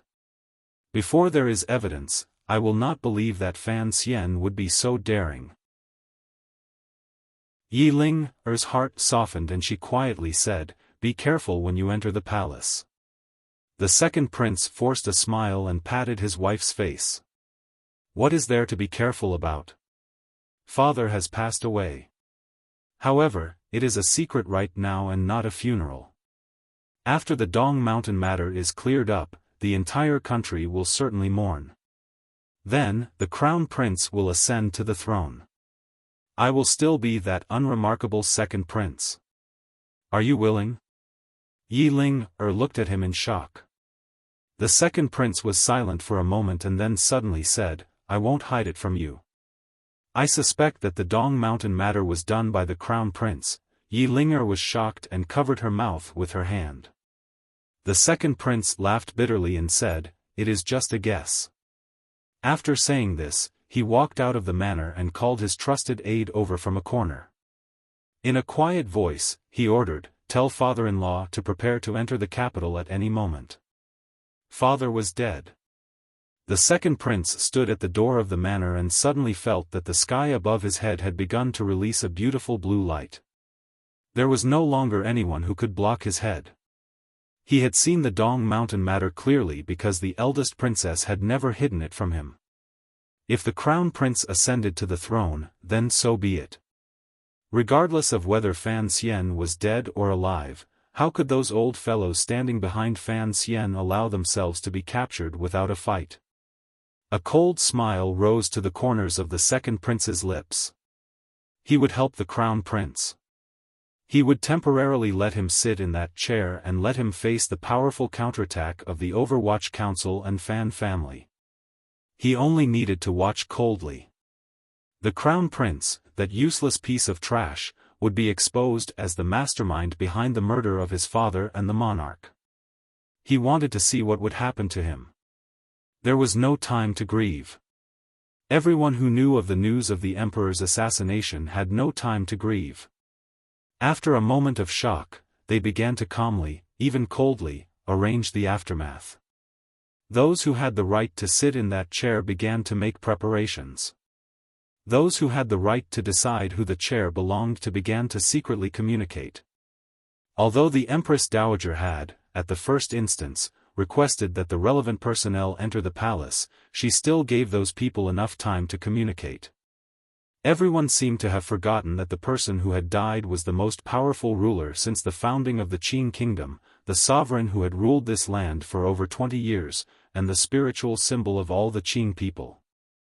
They were disturbed by the rewards in front of their eyes and the fragrance in their noses.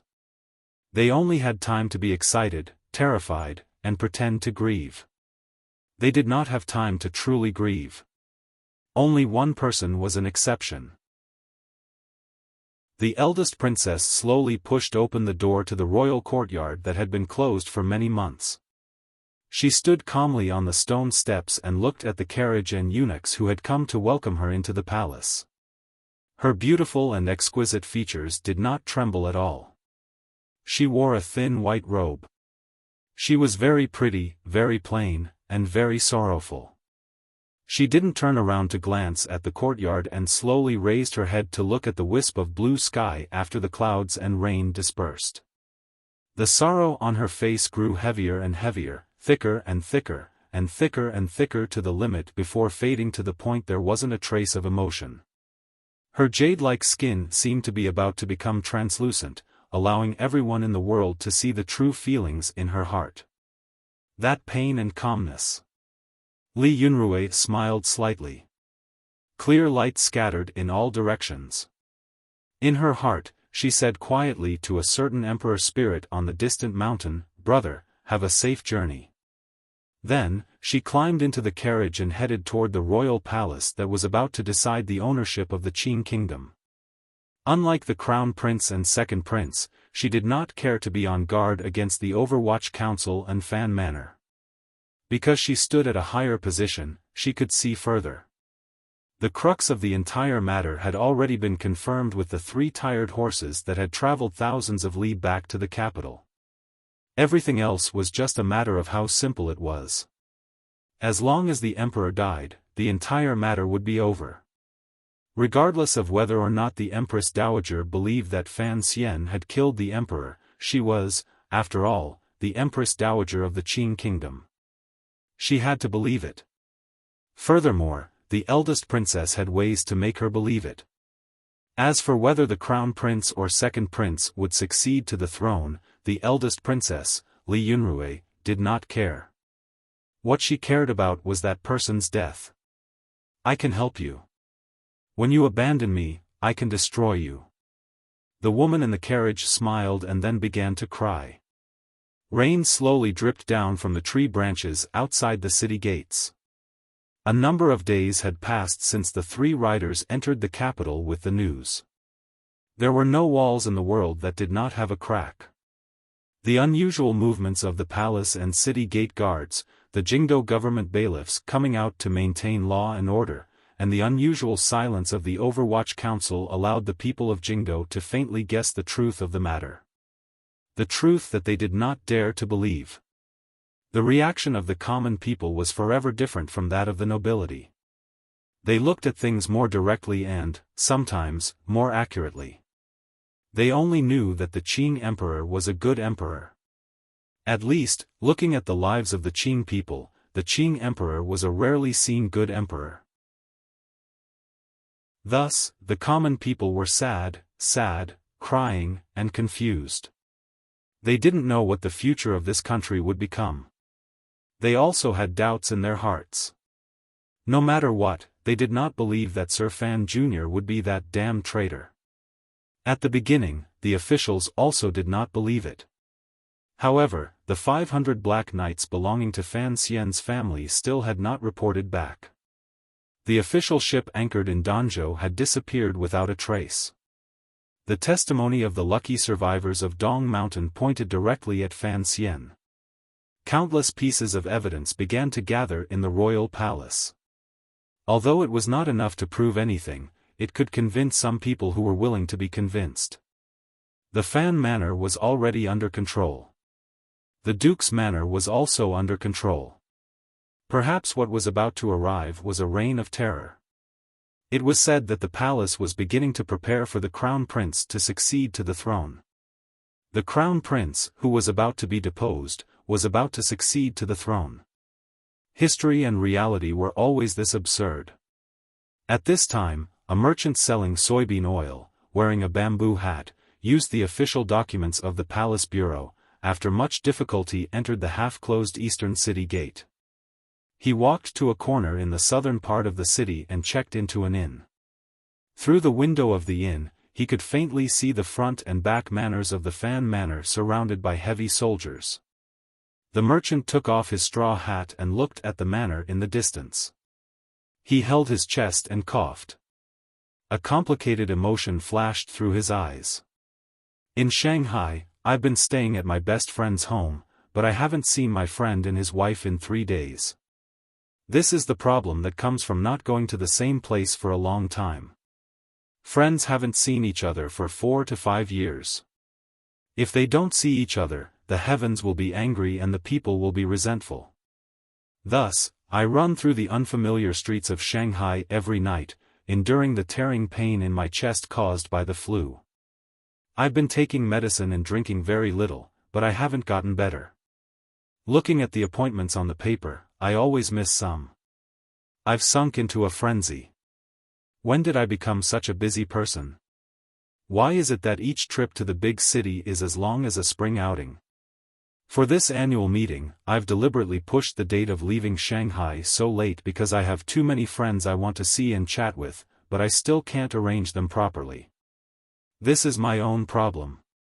I'll take up a few pages and snap my fingers to friends I haven't seen. I'll come next year. P.S. It didn't affect the writing of Qing Yu's year. This is something I'm very surprised about. However, I am, after all, sick. My mind has been muddled the entire time. Can I ask everyone for a day off tomorrow? I bowed and left the stage.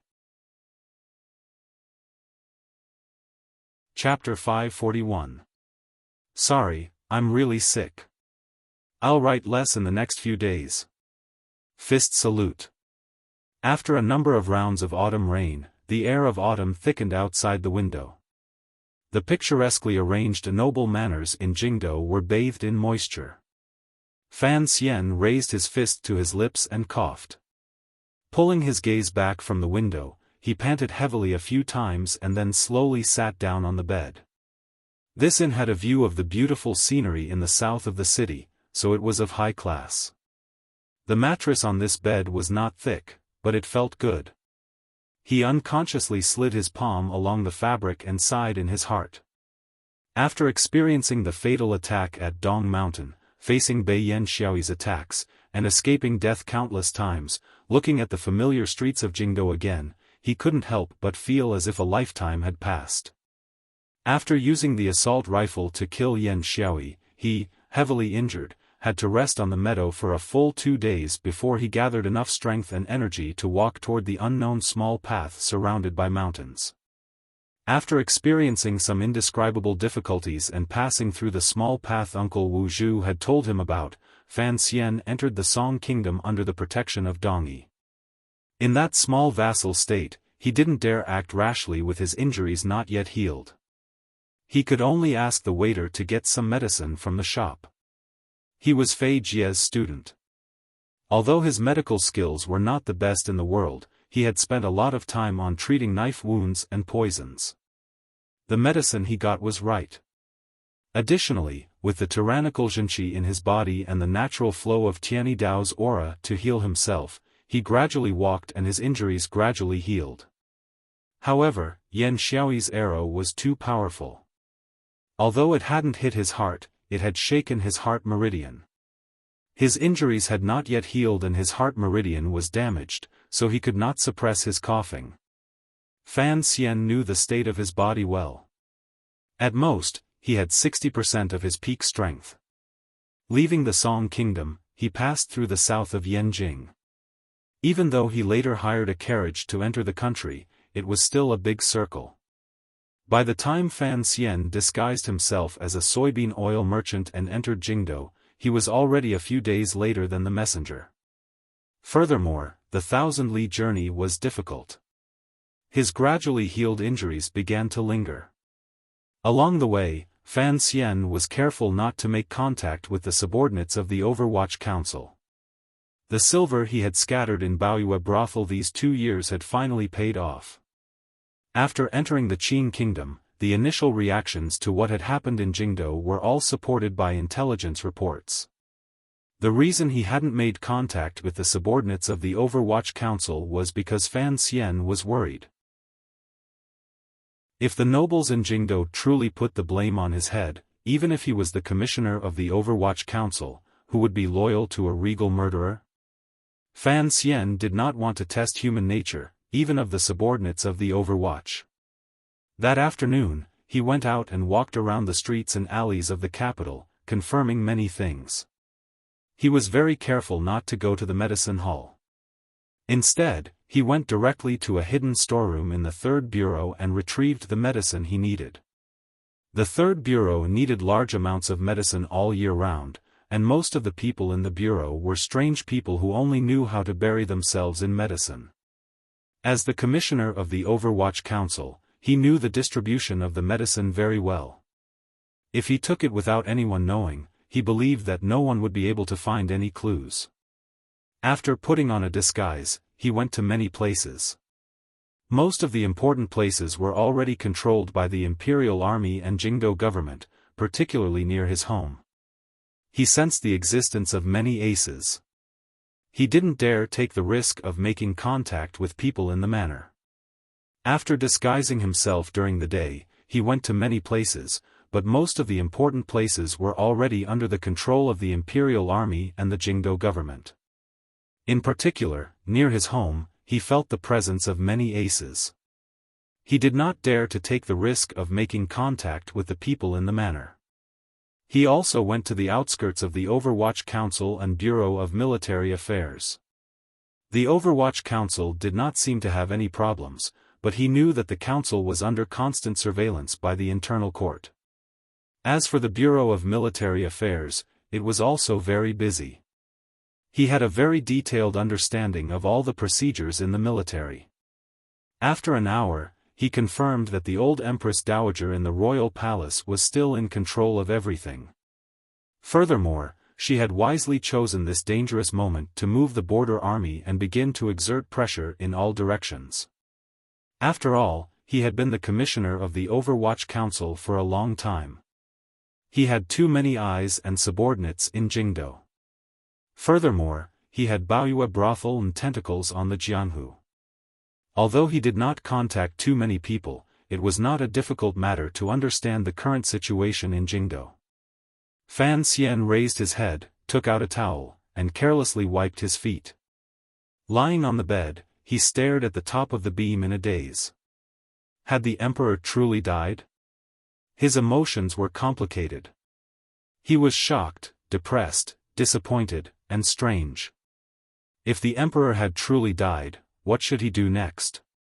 Touching the emperor's personal letter and jade seal he had hidden close to his body, Fan Xian closed his eyes to rest, building up his energy for the night's action. However, he could not enter a quiet state for a long time. The following situation was too dangerous. There were two choices in front of him. Regardless of which choice he made, it was actually a kind of gamble. If he wanted to stop the crown prince from taking the throne, he had to think of a way to enter the royal palace and hand the emperor's personal letter and jade seal to the Empress Dowager's hands.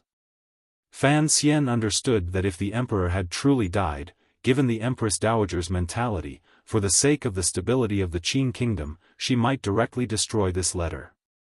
The crown prince and he were both the Empress Dowager's grandsons, but the Empress Dowager had never liked him. Because of Yi Qingmei's past, she had always been on guard against him. Who knew what the Empress Dowager would decide? If she truly decided to hide the truth of the emperor's assassination, then Fan Xian and everyone around him would become the first sacrificial pigs and dogs on the crown prince's path to the throne. There was another choice. Fan Xian could contact all of his helpers in Jingdo and completely reveal the truth of the assassination at Dong Mountain. Both sides would reveal their troops and fight a ruthless battle. Whoever won in the end would have the right to decide the direction of the history books. This choice would kill many people, but it looked like it was safer for Fan Xian himself. The problem at hand was that Fan Xian had no way of contacting his father or Chen Pingping. Rumor had it that the director had mistakenly taken medicine and been poisoned because of a cold. He had been bedridden the entire time. Fan Xian didn't know if Chen Pingping was faking it or what. The intelligence he had secretly seen in the branch office said clearly that the person who had poisoned him was that master in Dongyi. There were 3 poison masters in the world. Xiaofan was already dead, and Sir Fei had left. The most powerful was that person. If it had truly been that master who had acted, it was not difficult to imagine Chen Pingping being poisoned. All of the activity after the emperor's assassination faintly pointed to one thing. Although the palace still had not determined that Fan Xian was the true murderer of the emperor's assassination and had not had the court send out an arrest warrant, they had secretly made him their primary target. Once Fan Xian showed himself in Jingdo, what awaited him would certainly be an endless pursuit. The worst thing for Fan Xian was that news of Yan Xiaoyi's failure and his survival would probably reach Jingdo in a few days. Regardless of whether or not the Empress Dowager believed Fan Xian, once Fan Xian survived, she would want to control this grandson. Then, with one glance at the future of Qin Kingdom, she would single-handedly decide Fan Xian's life and death. Wan Er and Sisi were in the palace. His father was under house arrest in the manor. Lying calmly on the bed, Fan Xian's mind spun rapidly. In the end, he made a decision. He would not return to the Fan Manor at night. He would go straight to the palace. Even if he couldn't convince the Empress Dowager, he believed he could still obtain some benefit. After all, in the royal palace, he had many helpers. Furthermore, many people would stand firmly on his side for their own benefit. As for the Fan Manor, the imperial army was led by the great prince. They shouldn't be too much of a threat to his father. By the time he finished thinking all of this, another day in Jingdo had come to an end. A faint twilight seeped in through the window, filling the inn room with a warm color. Fan Xian abruptly opened his eyes. They were filled with powerful confidence and stubbornness. As long as he could wash away the crime of treason on his body, he had the Overwatch Council in his hands, the great prince's imperial army, the power of his father's manor outside the palace, the help of Yi Guipin and Lady Ning in the palace, and the little eunuch Hongzhu, who was said to always be by the Empress Dowager's side. As long as the Yi and Qin families' armies were unable to enter the capital, who in Jingdo could be more powerful than him? The edict has already entered the Western Expedition Army camp. The 5,000 soldiers who offered as captives have already broken camp and returned west. In about 10 days, they will begin to fight. In the royal palace, an old general sat on a soft stool and respectfully said to the Empress Dowager, "The king of Nanzhao is still young. He shouldn't be able to cause too much trouble. As for the 2 directions in the northeast, the Northern Expedition Army has the momentum of a new victory. Governor Yan should be able to suppress Shang Shanhu. The western camp of Yanjing borders the Song Kingdom. It won't take more than 3 days to invade. Dongyi won't dare make any strange movements." The Empress Dowager slowly nodded her head. The news of the emperor's death had already spread throughout Jingdo. They had just barely suppressed it. However, this news would eventually spread throughout the world. No one knew whether or not the powers in the world would take advantage of the death of the leader of the Pride and the absence of a new Lion King to greedily seek some benefits.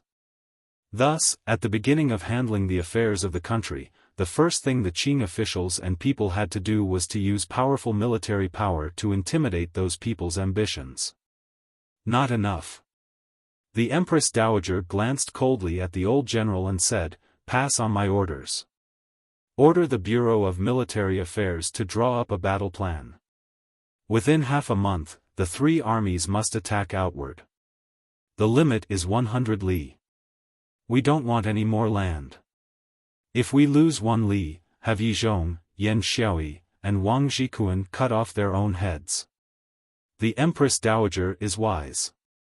The old Qin master sighed. As the most important official in the military, he understood why the Qin kingdom was instead sending out troops on a large scale. However, he still said with doubt, however, to suddenly send out troops, I'm afraid the provisions won't be able to keep up. Chapter 542. Hanguang Palace was silent for a long time. The Empress Dowager's voice rang out again. Do you have any objections? The old Qin master lowered his head and respectfully reported, I dare not. I am just following the rules.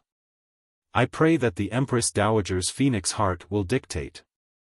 The Empress Dowager thought for a moment and then slowly nodded her head. Following the rules meant that since the emperor was already dead, then it should be the crown prince who succeeded the throne. The Empress Dowager thought of the conversations she had with the crown prince these 2 days. Her satisfaction with this grandson grew deeper and deeper. She felt that the child was much more clear-headed than his mother. The Empress Dowager was the Empress aunt. No matter from which angle, the crown prince succeeding the throne would be her first choice. Now that she had also received the secret declaration of an important military official, there was no reason to change all of this. What about the Fan Manor? The Empress should not have forgotten that Yi woman from before. After another deathly silence, the Empress Dowager said, You can leave first. Yes. Old General Qin bowed and retreated from Hanguang Palace. When he was not far from the palace, this old man with the highest seniority in the Qin military unconsciously turned his head to look. He felt that he could faintly hear someone crying inside the palace. The old man's heart suddenly twitched. He thought of the wisp of emperor spirit on the distant Dong Mountain. An unprecedented sense of fear surged through his heart. His back began to break out in a cold sweat. He increased his pace out of the palace. After the first 2 days and nights, the concubines who had been invited into the palace by the Empress Dowager had returned to their respective palaces, except for Lady Ning, Yi Guipin, and Lady Shu. The reason was simple. These 3 concubines had all given birth to princes. At such an unusual time, if the crown prince was to safely ascend to the throne, the Empress Dowager had to hold these 3 women in her hands. As for the eldest princess, she had returned to Guangxin Palace, which she had not visited for a long time. The Empress Dowager sat alone on the couch. A few old nannies quietly served her from behind, not daring to make a single sound. The dim yellow light shone on the side of the Empress Dowager's face, clearly revealing countless wrinkles. It made the most powerful person in the Qin kingdom appear hopelessly senile. Could I have made the wrong choice? The question in the bottom of the Empress Dowager's heart was like a venomous snake that kept devouring her confidence. Suddenly hearing the news of their son's death in their old age was an extremely difficult blow for any old person to bear. However, the Qing Empress Dowager valiantly suppressed her sorrow and began to seek the most reliable and safe path for the future of the Qing kingdom. If he's still alive, he'll definitely blame me. The Empress Dowager slowly closed her eyes and thought of the emperor who had already left this world. Her heart was filled with sorrow. On this trip to Dong Mountain to worship heaven, the emperor's goal was to depose the crown prince. However, the emperor had just left heaven. As his mother, she had to help the crown prince ascend the throne again. The emperor's soul would certainly be very angry. For the sake of the Qin kingdom and the survival of the land her son had conquered, it seemed that the Empress Dowager had no other choice. Even the terrifying conjecture in her heart would not affect her choice. The Empress Dowager abruptly opened her eyes. It was as if she wanted to find her son's soul in this palace. She looked calmly at the night palace. Her lips parted slightly. In a suppressed voice that only she could hear, she said, I don't care who harmed you or whether or not it was the person I chose who harmed you. You are already dead. Do you understand? You are already dead. Nothing is important. The Empress Dowager was not a stupid old woman from a village. The so-called evidence that had entered the capital in the past few days did not make her completely believe that her grandson outside the palace, whom she was not very close to, was the mastermind behind the assassination of the emperor. She even faintly suspected the role her daughter and her other grandsons played in the emperor's assassination. No matter how one looked at it, the emperor's death allowed these people to obtain the most beautiful result. But, suspicion was useless. Believing was only a subjective choice. The Empress Dowager knew that if she wanted to be at ease in the years before her death, she had to force herself to believe that Fan Xian was the true murderer and that the crown prince would certainly become a wise ruler. Empress Dowager, the eldest princess has arrived, an old nanny reported in a low voice. The Empress Dowager waved her hand weakly. The eldest princess, Li Yunrui, dressed in white, slowly walked into the main hall of Hongguang Palace. She bowed to the Empress Dowager timidly. The Empress Dowager was silent for a moment and then waved her hand again. The nannies and serving girls serving in the palace quickly retreated from the main hall, leaving the spacious and cold hall to the mother and daughter. The Empress Dowager looked at the trace of tears at the corner of her daughter's eyes and was slightly absent-minded. A moment later, she said, I heard you have been washing your face with tears these days. Why hurt yourself like this? He is already gone. There is no point in us crying here. The eldest princess smiled peacefully and said in a gentle tone that she had never shown in front of the Empress Dowager, Mother is right. She then sat down beside the Empress Dowager like a 12 or 13-year-old girl and gently snuggled up against her. The Empress Dowager was silent for a moment and then said, Your brother is an unreliable person. Since the emperor is already gone, when you have time, come and talk to me. Yes, mother. The Empress Dowager looked at her daughter out of the corner of her eye. Suddenly, she furrowed her brows and said, Try to convince me about Nji. The eldest princess was slightly startled. It was as if she hadn't expected her mother to ask so directly. After a moment of silence, she said, I don't understand what you mean. The Empress Dowager's gaze gradually grew cold and then quickly calmed down. In an even voice, she said, I just need something to convince myself. The eldest princess lowered her head. A moment later, she said, Fan Xian has a reason to do this. Why? Because his mother is Yi Qingmei. The eldest princess raised her face and looked at her mother with a faint bleakness. Furthermore, he has never considered himself to be surnamed Li. The Empress Dowager did not get angry. Calmly, she said, continue. He colluded with Northern Qi in Jiangnan. As for the specifics, we will naturally find out in the future, the eldest princess said calmly. The eldest princess calmly said, additionally, Fan Xian and Dongyi are also somewhat unclear. Recently, the young 9th-level ace at his side should be Sigu Jian's last disciple. You mean 13th Wang, the Empress Dowager said. The corners of the eldest princess's brows furrowed slightly. It was as if she hadn't expected her mother to know so much about these things. Lowering her head, she replied, yes. A few months ago, Chengqian went to Nanzhao. Along the way, he was looked after by 13th Wang. The Empress Dowager's gaze calmed. If he is Fan Xian's person, then I think Nji is not bad. The Empress Dowager continued slowly, the Crown Prince has already told me about 13th Wang. The old woman sighed. These days, the Crown Prince has been vigorously defending Fan Xian. Just from this point alone, it seems that Chengqian is not bad. The eldest princess nodded. I also think so. The Empress Dowager looked calmly at her daughter. The emperor's sons each have their own benefits. I am very pleased, so. I do not wish to see these juniors continue to be tormented by you. I understand what you mean, the eldest princess replied calmly.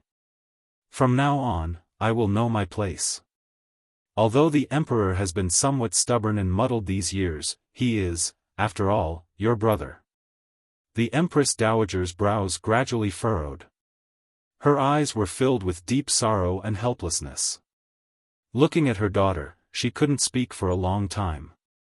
The eldest princess turned her body slightly and exposed her beautiful face under the dim light. The Empress Dowager raised her hand and slapped the eldest princess's face heavily, making a crisp slap. The eldest princess gave a muffled grunt and fell to the ground. A trickle of blood flowed from the corner of her lips. The Empress Dowager's chest rose and fell rapidly. It was a long time before she gradually calmed down. It was unclear whether or not Fan Xian already had a judgment of the situation in the palace that was closest to the truth. If he knew this, then he would certainly not have chosen to enter the royal palace and tell the Empress Dowager the truth of Dong Mountain or hand over the emperor's personally written letter and the jade seal. In this world-shaking event, Fan Xian had to admit that the choice his mother-in-law made was a simple, clear, and effective plan. As long as the emperor died, regardless of whether it was the officials or the Empress Dowager, they would all make the crown prince, who was becoming more and more like a monarch, their first choice.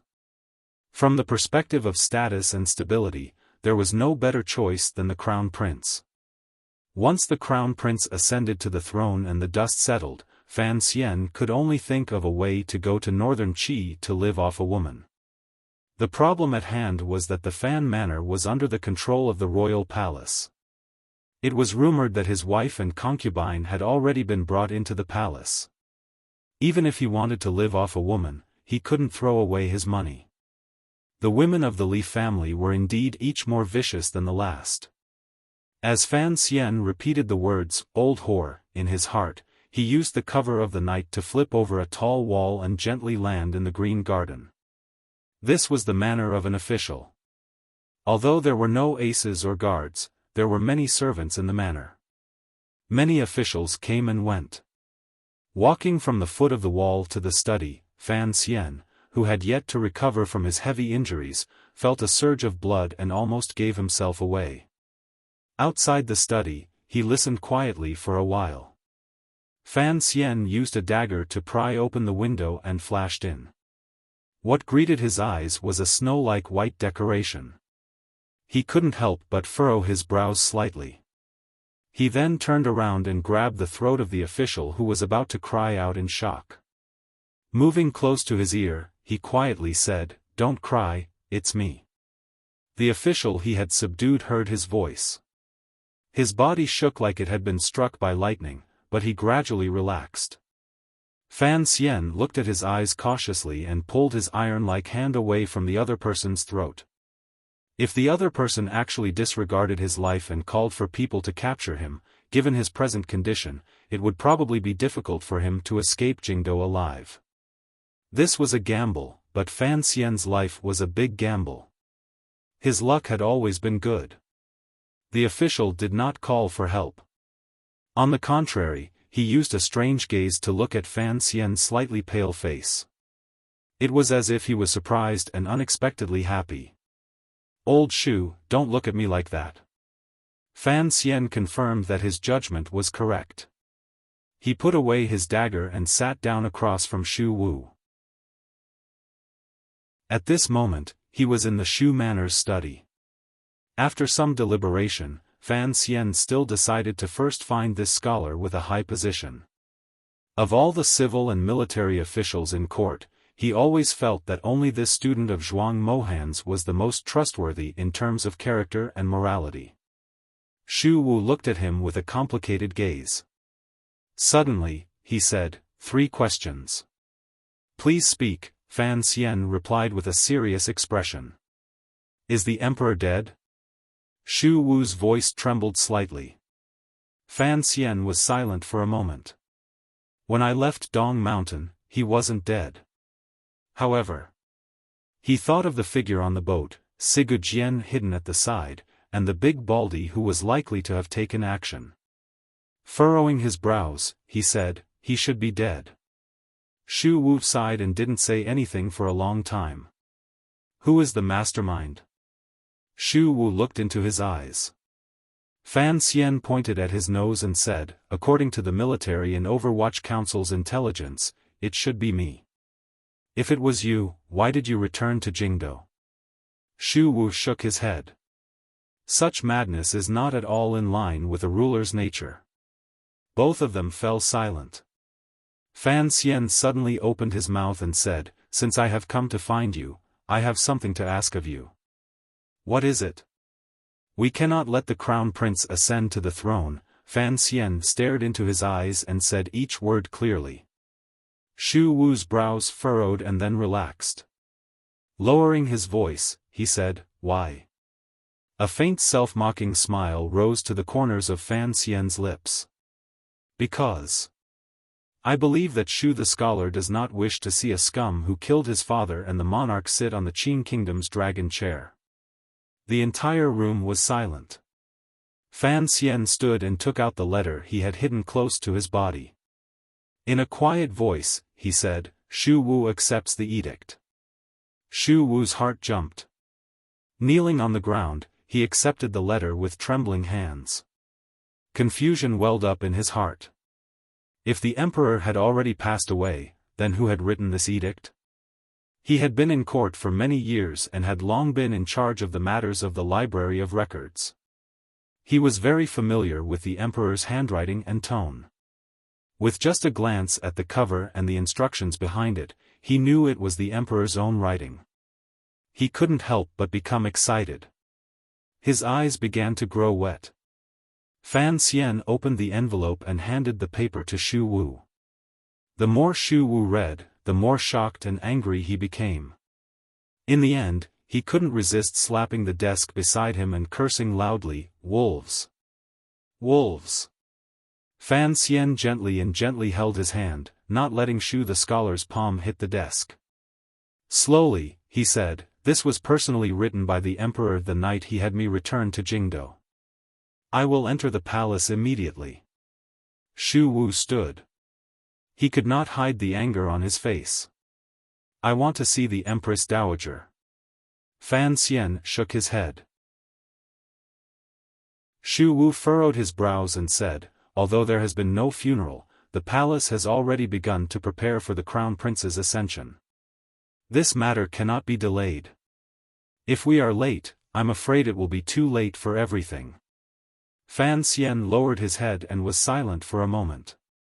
He then said, "This imperial letter was originally written for the Empress Dowager to read." Shu Wu was shocked. Given Fan Xian's hidden power in Jingdo and his own extraordinary strength, even if the palace was tightly sealed right now, he would certainly have a way to enter the royal palace and see the Empress Dowager. With this letter and the royal seal he had seen earlier, the Empress Dowager would certainly believe Fan Xian's words. "Ah!" Shu Wu's expression immediately changed. He stared at Fan Xian in a daze. "Impossible.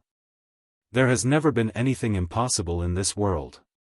Fan Xian's eyes seemed to have a will-o-wisp of fire jumping about. "You are a civil official, while I pretend to be a member of the royal family. As for the thoughts of the nobles in the palace, I want to see more clearly. If it were not for my fear of the Empress Dowager, why would I take the risk to come here tonight?" After a moment of silence, he said, "The Li dynasty itself is something with life. It will naturally correct the deformations of its body, thus ensuring that the entire royal family occupies the control of the world, ensuring its own survival. Under this major premise, nothing else is important." Fan Xian looked at Shu the scholar and calmly said, "The matter has already been done. No matter what you choose, it will be proper. You can pretend that I never came today." Shu Wu also sank into a long silence. In an instant, this Qing official's entire body seemed to age. After a long time, he said in a raspy voice, "Since Sir Fan Jr. has come, and I know, I cannot pretend you didn't come." Fan Xian's expression changed slightly. I am just curious. Although Minister Fan is currently under house arrest in the manor, you still have many friends in court. Why did you choose me and not others, such as Director Chen or the Great Prince? Shu Wu's eyes gave off a comforting light as he asked with a slight smile. Fan Xian also smiled and said, martial power is always the last method to resolve matters. In the end, this matter will still have to be resolved by martial power. Before we act, the Qing kingdom needs to be reasonable. He calmly said, the reason I chose you to reason on the emperor's behalf is very simple. It is because you are a scholar. Fan Xian finally said, I am not a simple scholar, but I know what a true scholar should be like. For example, your teacher, Sir Zhuang Mohan. A scholar has a bone. I want to borrow your bone. Chapter 543. Brothers and sisters, I have something to announce. This month, there will be no monthly votes for the remainder of the year. The reason it is like this is because I am about to leave Shanghai and head north. For an entire month of July, I cannot guarantee stable updates. Furthermore, I am afraid that I cannot guarantee the quality, just like in the past. I feel apologetic and cannot go into detail. I can only bow and thank everyone. This month, please vote for those authors who are more diligent and attentive. This is not being pretentious. It is truly the self-blame of sitting in front of a computer in a daze for 2 hours and not being able to write a single word. The entire city was plain white. It was as if a bone-chilling snow had fallen in September. Snowflakes fluttered and fell all around the royal palace, in various streets, alleys, and private residences. It was not true snow.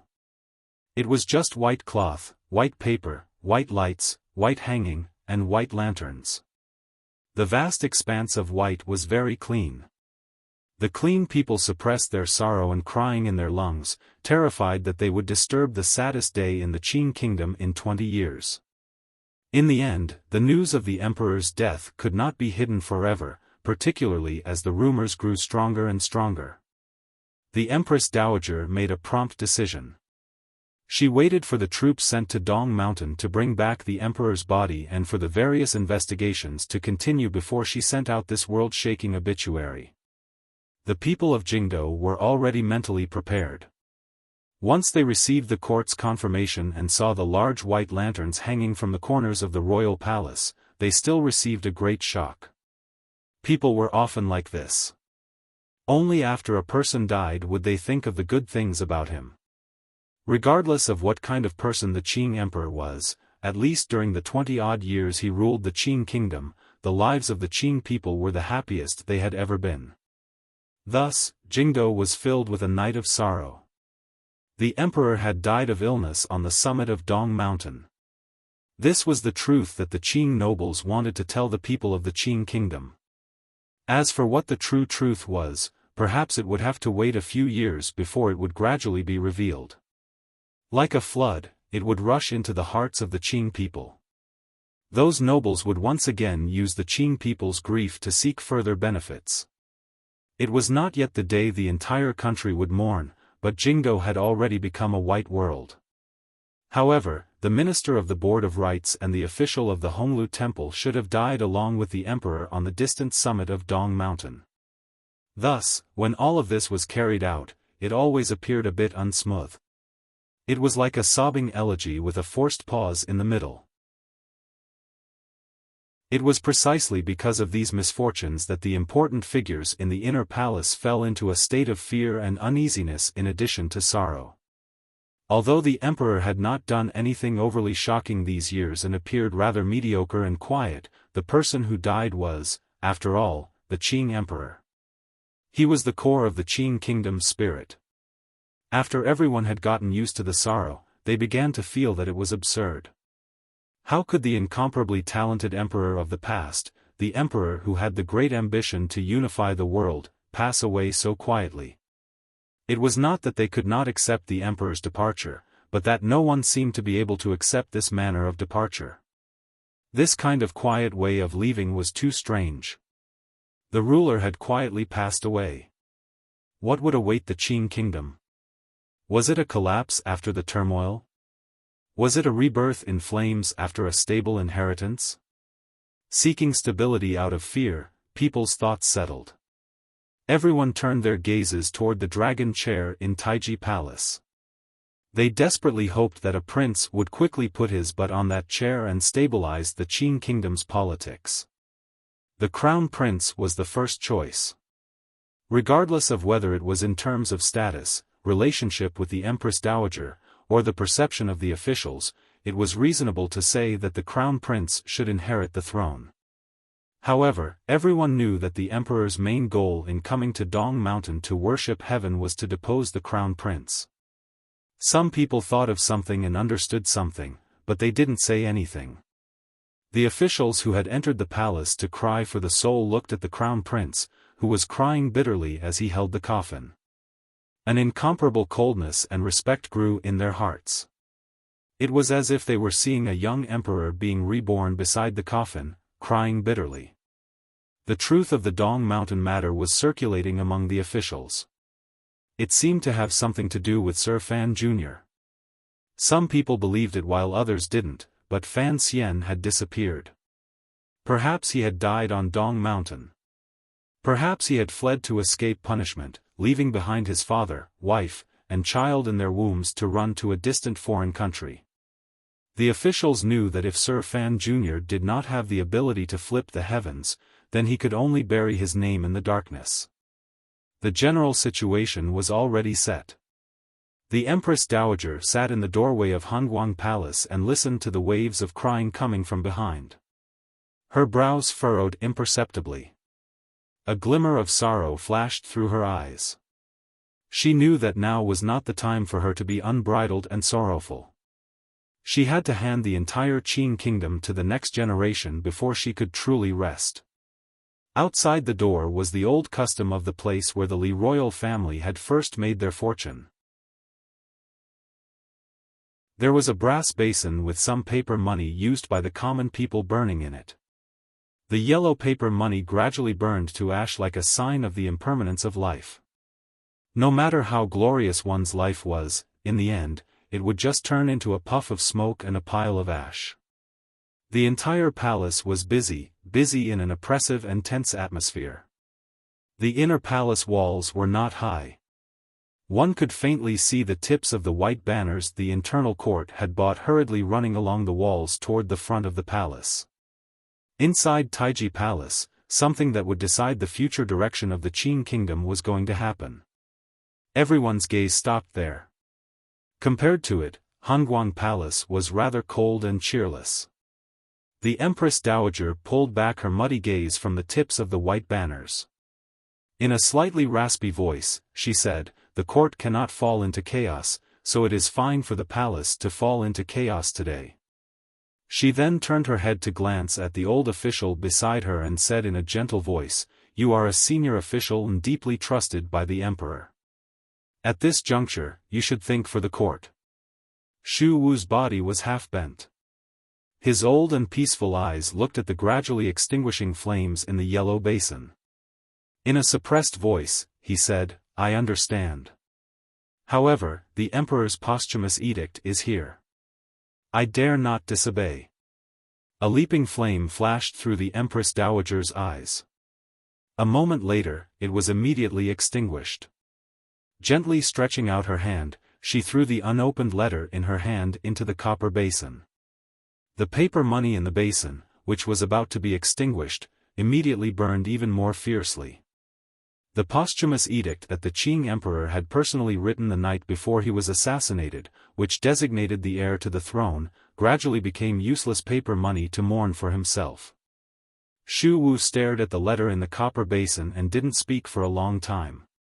Since the person is already gone, then what he once said is no longer important. The Empress Dowager suddenly began to cough with great difficulty. It was a long time before she calmed her breathing.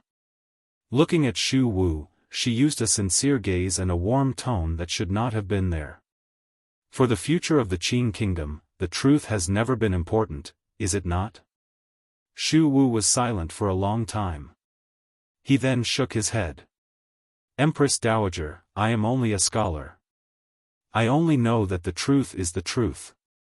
The Emperor's will is the Emperor's will. I am the Emperor's official. You have already done your best.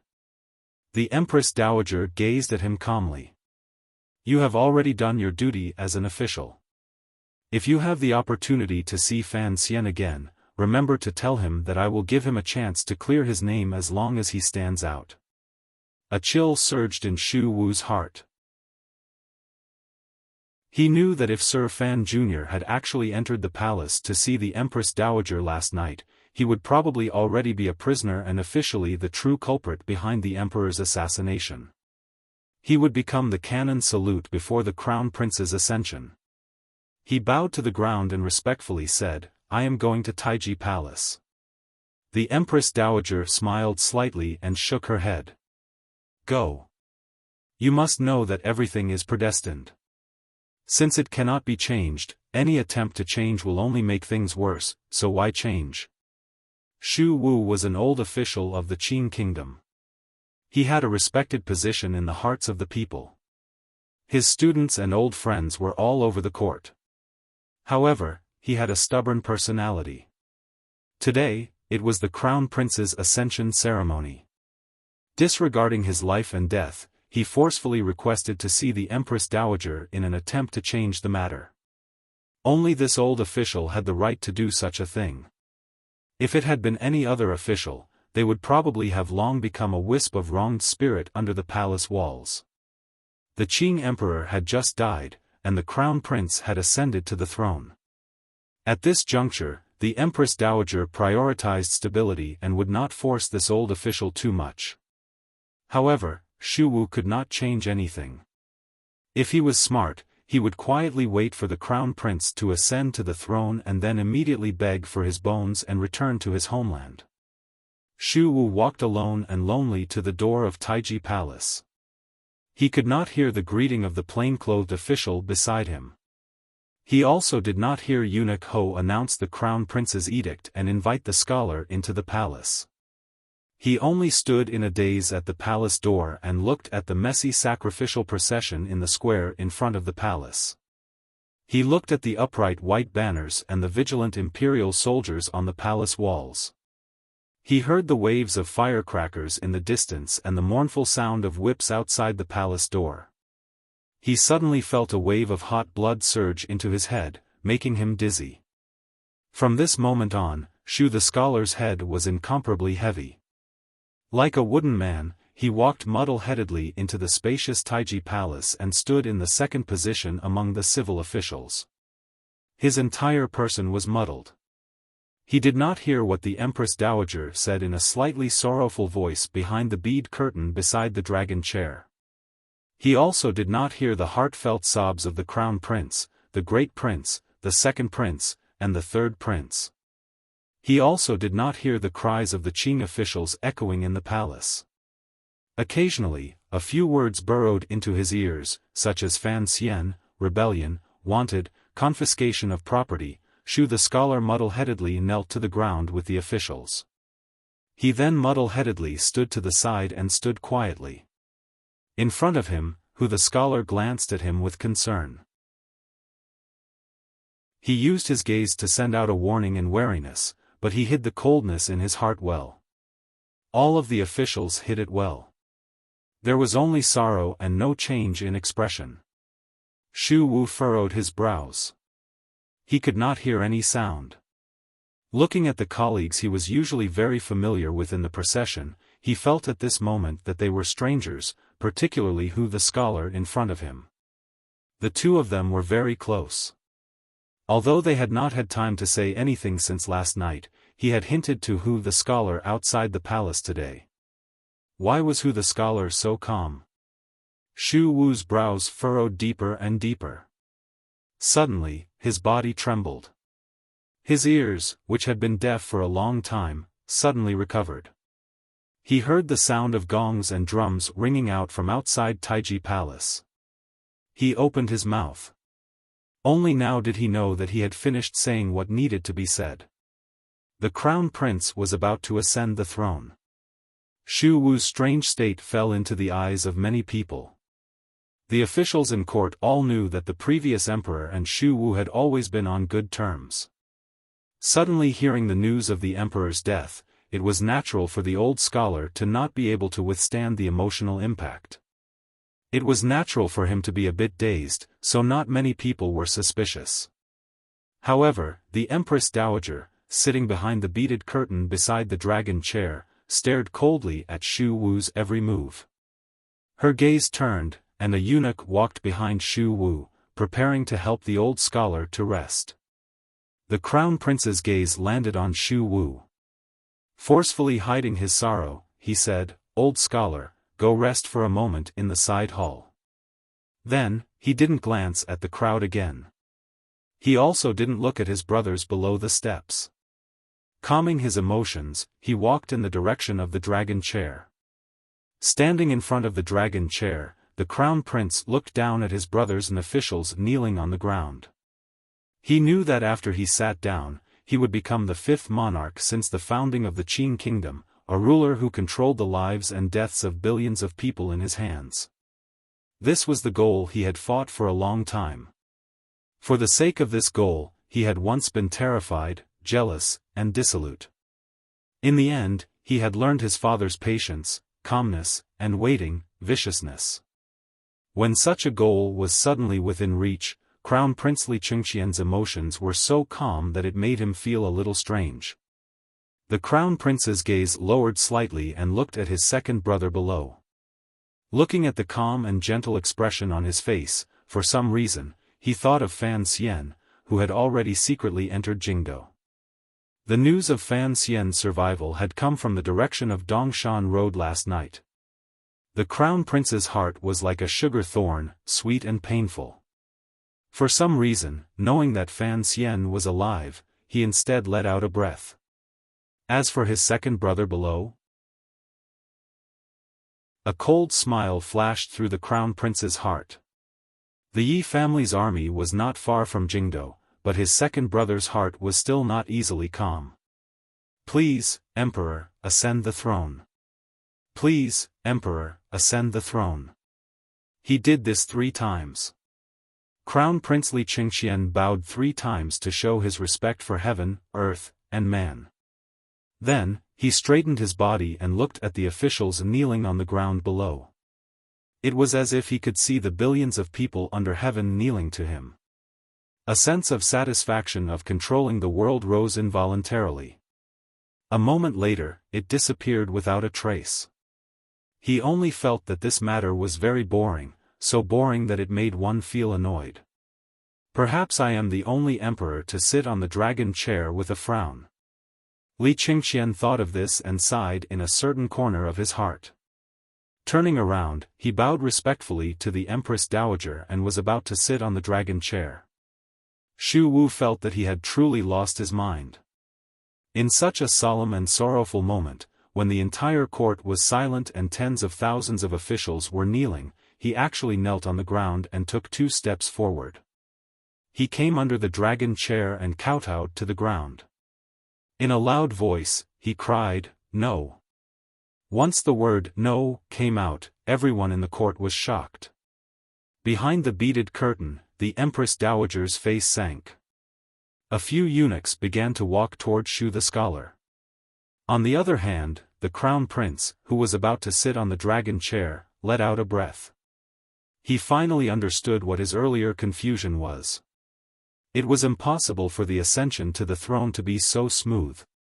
There would always be some twists and turns. After Xu Wu cried out these 2 words, he shook off his dizziness. The old scholar took a deep breath and felt unprecedentedly clear. He knew what he should do. Sir Fan Jr. wanted to borrow his bones, so he would throw these old bones out. This could be considered as repaying the emperor's many years of kindness in recognizing and using him, as well as the trust the Qin people placed in the officials. Xu Wu didn't even glance at the eunuch supporting him. Straightening his body, he looked at the Empress Dowager behind the beaded curtain and the Crown Prince in front of the dragon chair. Using all the strength in his body, he staked a lifetime of honor and disgrace, and he staked the life and death of his entire clan, he cried out sorrowfully. Before the emperor died, he left behind a posthumous edict. The crown prince is not allowed to inherit the throne. Chapter 544. The bead curtain parted and cold light shot out in all directions, just like the Empress Dowager's bottomless eyes. The Empress Dowager stared coldly at Shu Wu and said each word clearly, "Shu the scholar, lying about an edict is a great crime of deceiving the monarch." Shu Wu's expression changed slightly. After a moment of silence, he bowed respectfully and replied, "The Qing kingdom has no monarch today. How could I deceive the monarch?" Facing the Empress Dowager, this scholar did not yield an inch. The Empress Dowager extended her old hand and slowly pulled aside the bead curtain. Walking out from behind it, she stood beside the dragon chair. The crown prince quickly supported her.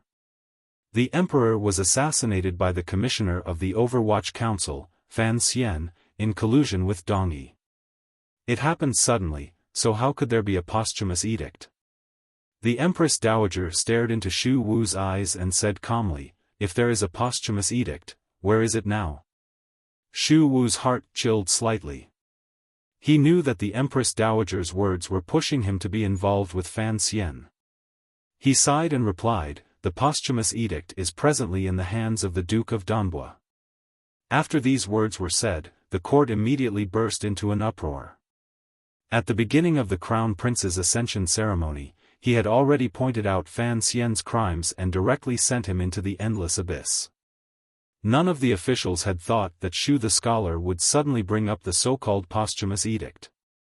That posthumous edict was in Sir Fan Jr.'s hands. The Empress Dowager coughed and looked at Shu Wu. "Is that so? Fan Xian is a criminal who has committed the most heinous of crimes. The court has been secretly searching for him for a number of days and still doesn't know he has returned to Jingdo. How did you know about the posthumous edict?" Shu Wu bowed to the ground and said with deep pain, "The emperor was assassinated on Dong Mountain, and the whole world mourned. However, it was not more than half a month ago. The military and the prefectures have confirmed that it was done by the Duke of Danbo. I know the Duke of Danbo's character well. He would not dare to do such an evil thing. As for the posthumous edict, it is indeed true. I have seen it with my own eyes." The crown prince's hands were icy cold. The depths of his heart were even colder. He had never thought that his father would leave a posthumous edict before the Dong Mountain incident. He didn't even need to think to know what was written on the posthumous edict. The crown prince suddenly felt a glimmer of sorrow. It looked like his father truly hated him to the bone. He was silent by the Empress Dowager's side. A bitter smile rose in his heart. He knew that his grandmother's spirit was extremely exhausted today.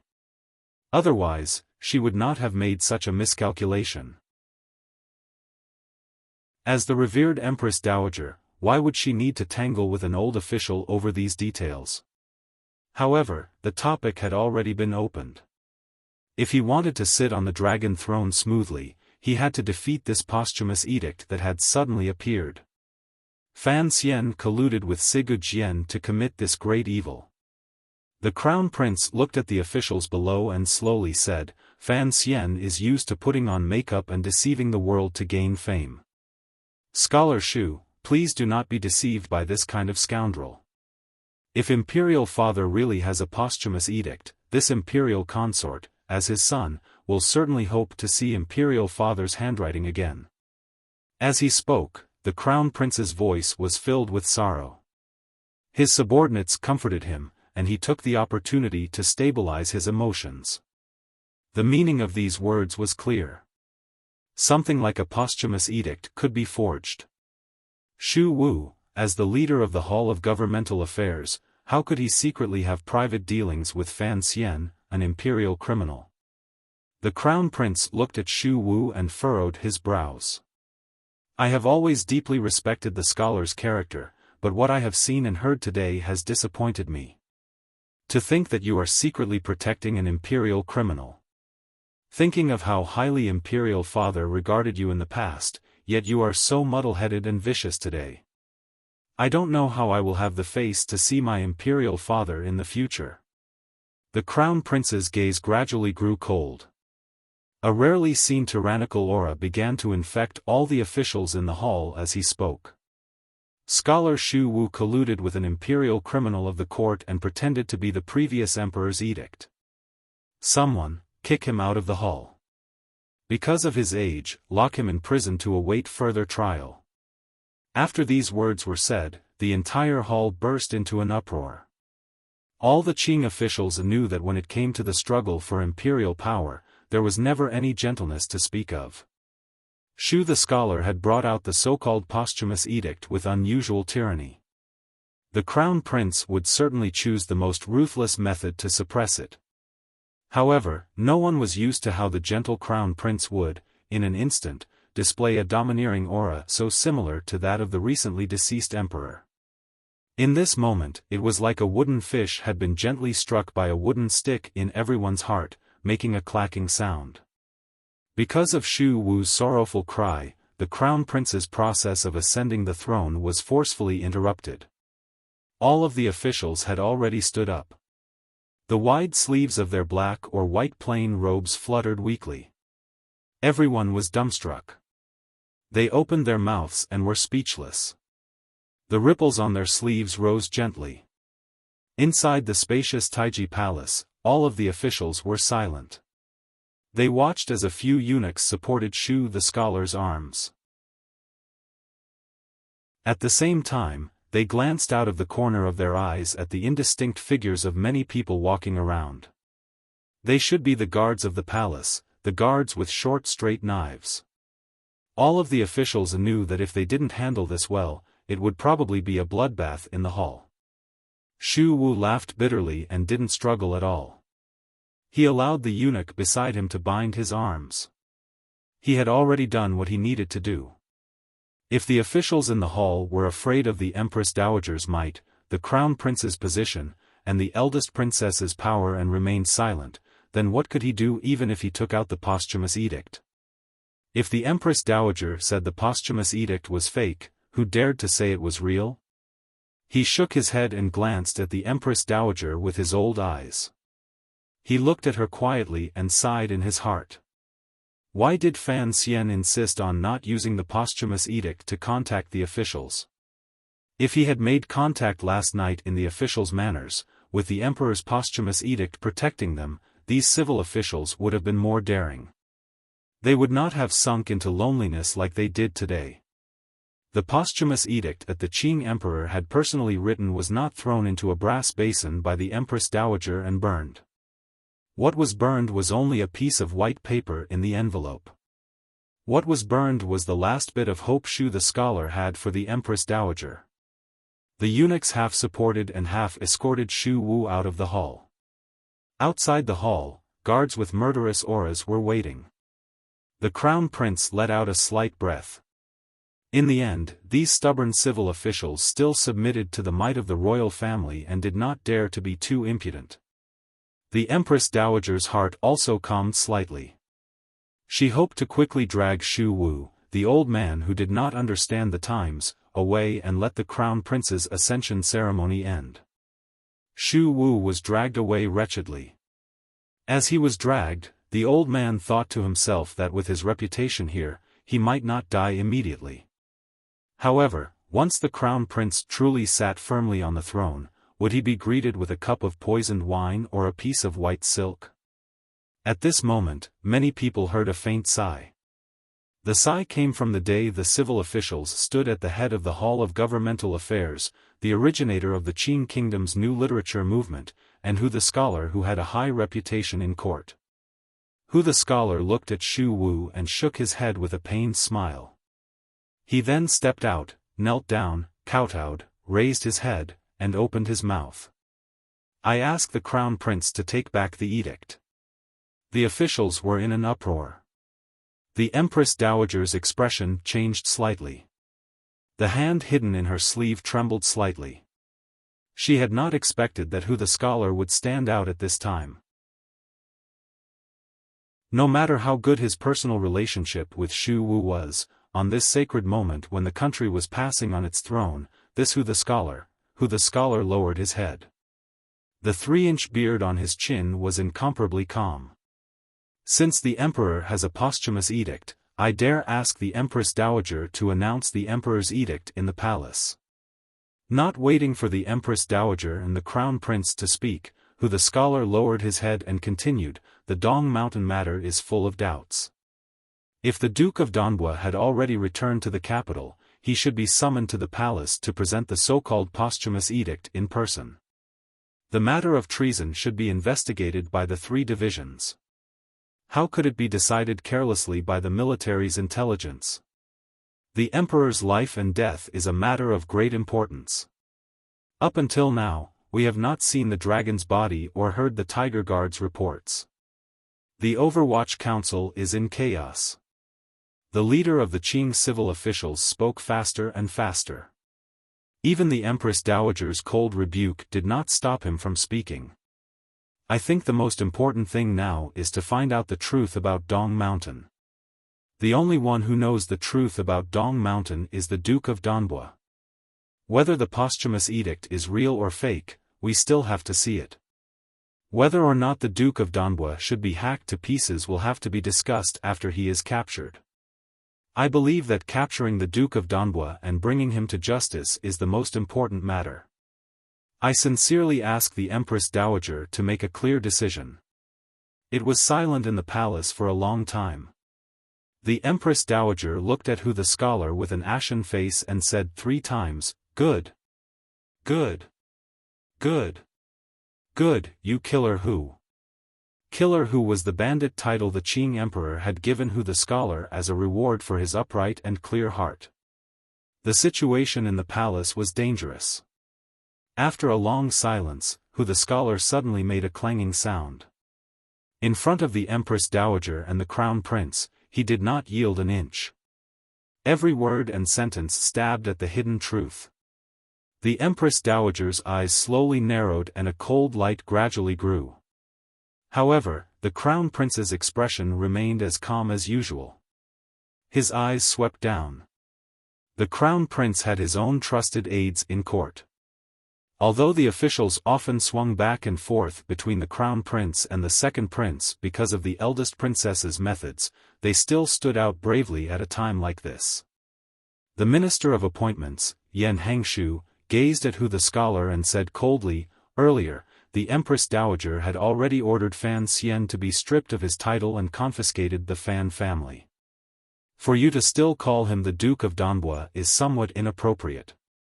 Fan Xian has committed the great crime of treason. You 2 scholars have not forgotten to argue for him today.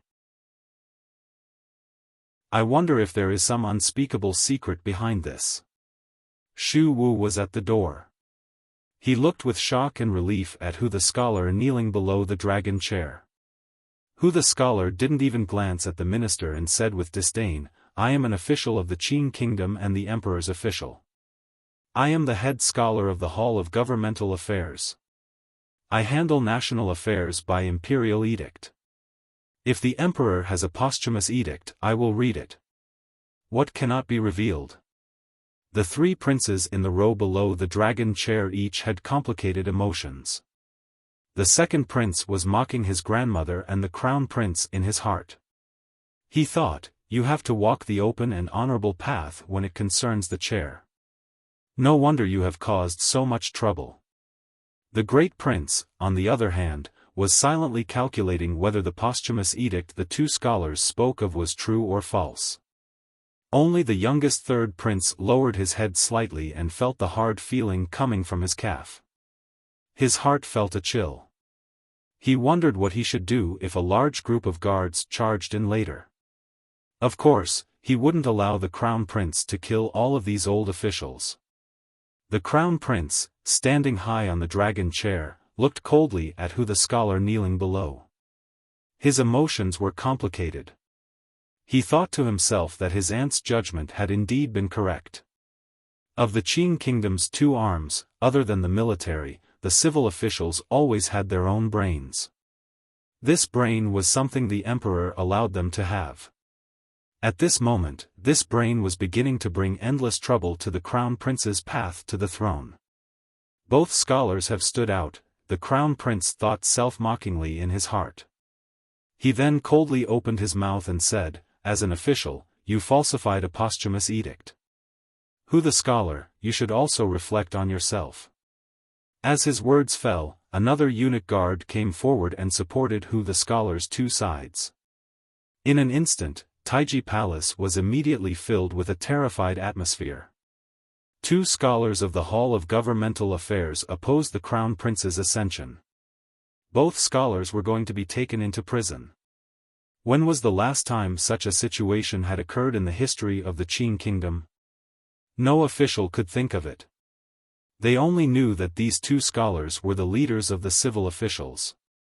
If the crown prince was unable to subdue them openly and could only use such violent methods to suppress them, then many problems would eventually appear. The problem of the heart of the court. This problem immediately appeared as Hu the scholar was being escorted out of Taiji Palace. When Hu the scholar and Shu the scholar looked at each other and smiled wordlessly at the door, the civil officials who had been standing solemnly in Taiji Palace for a long time knelt down with a crash.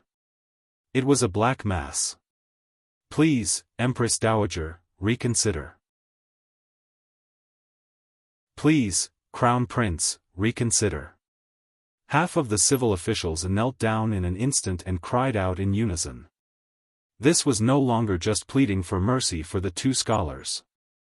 This was already a demonstration to the grandfather and grandson on the dragon chair.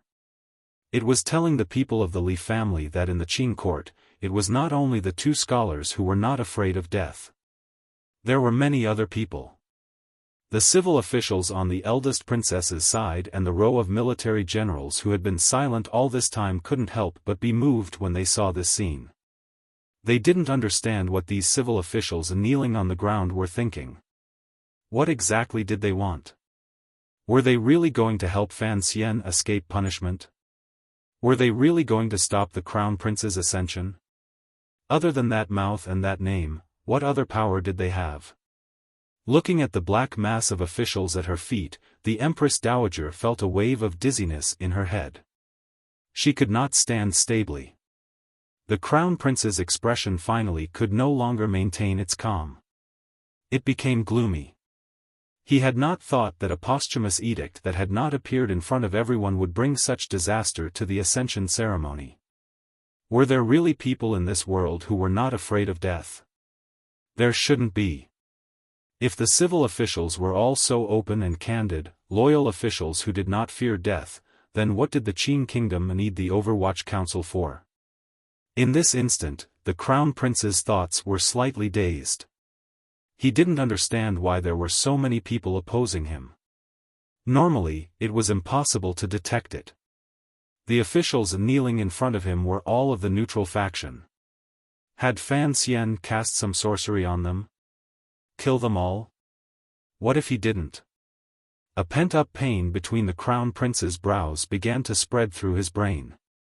He suppressed it in his heart and thought, Fan Xian, looks like I still underestimated your power in Jingdo. The Empress Dowager, who had already returned to her chair, cursed a name viciously in a low voice. Only then did she remind the crown prince that this scene of officials kneeling and remonstrating was not something Fan Xian could start. Chapter 545. A posthumous edict had thrown the court into chaos. The officials gritted their teeth and resisted. It was as if everyone had personally seen this posthumous edict. Through Shu the scholar's words, everyone knew that the posthumous edict, which could at least topple the crown prince in name, was still in the hands of the Duke of Danbua, Fan Xian. Then, where was Sir Fan Jr.? For now, putting aside the heroic scene of swords drawn and crossbows drawn in Taiji Palace and blood splattered everywhere, the powers that wholeheartedly wanted to help the crown prince ascend to the throne, including the eldest princess, who seemed to be doing nothing behind the scenes but was actually the root of the chaos in the palace, were all sniffing around Jingdo and trying to find where Fan Xian was hiding.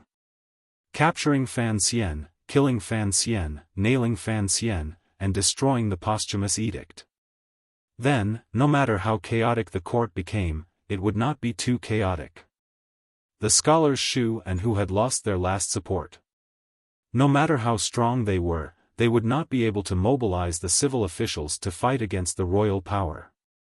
Taiji Palace had just officially announced that Fan Xian was the main culprit of regicide and a great crime. The powers outside the palace had been hunting and assassinating Fan Xian for many days. Jingdo was too big. The resources in the eldest princess' hands could even faintly control Jingdo. Yet, she was unable to find a trace of Fan Xian among tens of thousands of people. The eldest princess had no way of stopping Fan Xian from secretly meeting with Shu Wu the night before the crown prince's ascension and doing so many things in secret. No one knew exactly where Fan Xian was hiding. In a remote alley far from the center of Jingdo's royal power and not close to the most luxurious and wealthy residences in Jingdo, it appeared particularly quiet. The sorrowful and terrified Jingdo people on the street were unable to enter this alley. There were only a few green trees swaying freely in the early autumn weather. The alley was called Yangcong Alley. It was a very unremarkable name. At the end of the alley was a small courtyard. The courtyard had been bought by someone 2 years ago. Half a year ago, a woman moved in with a few servants. No one knew what the woman's identity was to be able to buy such a quiet and secluded courtyard. However, during this half a year, there had never been a visitor. There was a battle to the death going on in the royal palace. The main culprit of this matter was sitting leisurely under the shade of a tree in the courtyard. As he drank hot tea, he lowered his head and thought about something. Fan Xian wore a green cloth robe. His face had been slightly altered. Although it did not decrease his handsome aura, it made him appear more reliable. Gently twirling the slightly hot cup with his fingers, he suddenly frowned and said to the beautiful woman beside him with deep eye sockets, "Other than Prince Huqing, who else knows about this courtyard of yours?" The beauty pursed her lips and shook her head. Her big eyes were filled with curiosity and excitement. Fan, the beauty shook her. She had, and had not. Yes, this little courtyard was the secret place that Fan Xian had secretly purchased and gifted to the great prince before the new year as a golden house to raise pampered children. The beauty whose appearance and expression were very different from the dignified women in Qin Kingdom was the princess of a tribe in Shihu who had followed the Western Expedition Army back to the capital, Masuasua, who had troubled Fan Xian for a year in Jiangnan. Other than Deng Fan, as he as Deng, no. By. No, as, no. Fan, no. And after this courtyard was given to the first prince, with the first prince's cowardly personality, it was even more impossible for him to spread it around. Thus, after Fan Xian contacted the officials last night, he did not return to the inn. Instead, he chose to come to this small courtyard. He was not worried at all that the eldest princess would guess. There were people watching all around the Fan Manor and the Overwatch Council. The Yen Manor and Wang Qinyan's family were probably all watched by aces from the internal court. Fan Xian didn't want to take any risks. Only this little courtyard in Yangcong Alley could guarantee his safety. At the same time, it was convenient for him to communicate with that important person. Hearing Ma Suasua's curious reply, Fan Xian's brows furrowed slightly. He stood up from the chair and looked calmly at the back door on the left side of the alley. This was because he heard someone walking towards the courtyard, and it was obvious that the person was not the first prince he was waiting for. With several clangs and creaks, the wooden door of the nameless courtyard was unlocked from the outside and pushed open. Ma Suasua looked at this scene in shock and couldn't help but cover her mouth. The servants in this courtyard had all been bought by the young master of the Fan family. No outsider had ever come to this courtyard. Who was this person? She turned her head to look at Fan Xian and called out in a low voice, "Young master, run." Fan Xian did not run. He only looked at the woman walking in from the back door and smiled. The emotions in his smile were complicated. He then bowed to the ground and said, "Greetings to Wang Fei." The person who had come was not Prince Heching. It was Prince Heching's consort, the great princess of Northern Qi. The great princess's expression was calm. There was a smile in her eyes and brows as she looked at Fan Xian silently. A moment later, she slowly bowed and said, "Greetings, little duke." Fan Xian raised his hands in surrender and shook his head with a bitter smile. He thought to himself that he had been waiting for the eldest in the courtyard, but this person had come. From this, it could be seen how much the great prince feared his wife. He had even reported his little golden room to the great princess. "Suasua, you go in first." Fan Xian waved his hand. He knew Wang Fei did not want to see this beauty of Shihu, so he indicated for Ma Suasua to temporarily hide in the inner room. Wang Fei had come alone. Although she had not purposely disguised herself, it was clear that she had been arranged. Fan Xian looked at her calmly and extended his hand to invite her to sit. After a moment of silence, he said, "Wang Fei is very daring. You know that the palace is certainly watching Prince Heching's manner, yet you still dare to come alone and meet with me." After contacting the civil officials last night, the person Fan Xian wanted to contact the most was the great prince, who controlled the imperial army. However, rumor had it that Lady Ning was already being held in Hanguang Palace. There were also many spies from the internal court and the Jingdo garrison outside Prince Heching's manor. Thus, Fan Xian had found a clever way to leave a message in the manor, hoping the great prince would think of a way to contact him. He had not thought that the person who had come today would be Wang Fei. Sir Fan Jr. is the one with the courage forged from the heavens. Wang Fei smiled slightly in response to his words. You know that the various powers in Jingdo are urgently searching for you.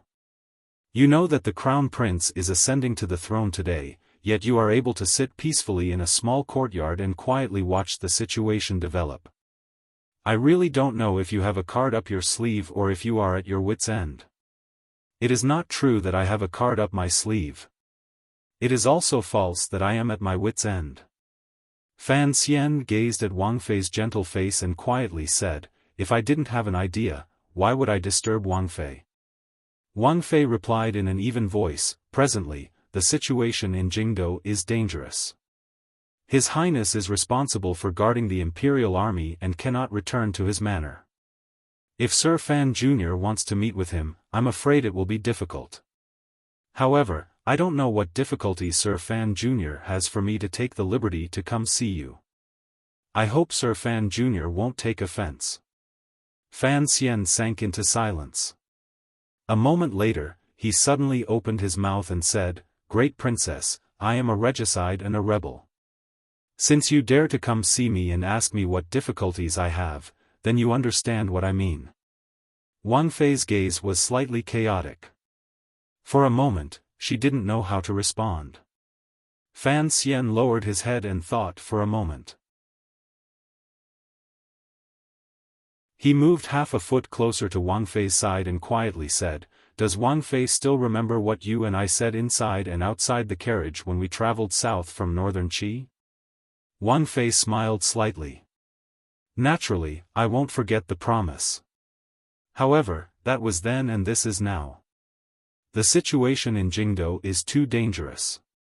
His Highness is relying entirely on the imperial army in his hands to hold on bitterly. If you truly want to do something big, I'm afraid the prince's strength will not be enough. As a woman, I am even more unable to agree." "Holding on bitterly?" Fan Xian laughed quietly. "Are you talking about the matter of changing people in the Jingdo garrison yesterday?" Wang Fei fell silent. Fan Xian sighed. Changing people in the Jingdo garrison could be considered to have hit his vital spot and the great prince's weak spot. At first, the Jingdo garrison had always been under the control of the Yi family. Later, it was controlled by the second-generation leader of the Qin family, Qin Heng, for 2 years. Until last year, because of the attack in the valley, the emperor used this as a pretext to purge the power distribution in court. He moved Qin Heng into the Bureau of Military Affairs as a deputy and appointed the deputy commander of the Great Prince's Western Expedition, Xia Su, as the commander of the Jingdo garrison. However, all of this had changed yesterday. After the Empress Dowager stabilized the palace, her first order was to remove Xia Su and have Qin Heng once again become the commander of the Jingdo garrison. Xia Su had been removed for no reason. However, because of the emperor's assassination, the imperial army was under great pressure and could not speak at all. Furthermore, this fierce general of the Western expedition had been in charge of the Jingdo garrison for less than half a year. It was impossible for him to form his own power. The Qin family had changed hands and taken it back. The Great Prince and Xia Su could do nothing about it. Fan Xian also had a headache over this matter. The control of the Jingdo garrison had changed hands. Putting aside the major matter that Su Maokai of the Jiaozhou Navy had suggested to him, it meant that all of the military power on the outskirts of Jingdo was already in the hands of the Qin family. He glanced at Wang Fei and furrowed his brows. The Jingdo garrison is stationed at Yuantai. As long as there are no problems with the 13 city gate guards, the one who can resolve the situation in Jingdo is still the imperial army. I have never forgotten my promise to you, sir, Wang Fei looked at him and quietly said.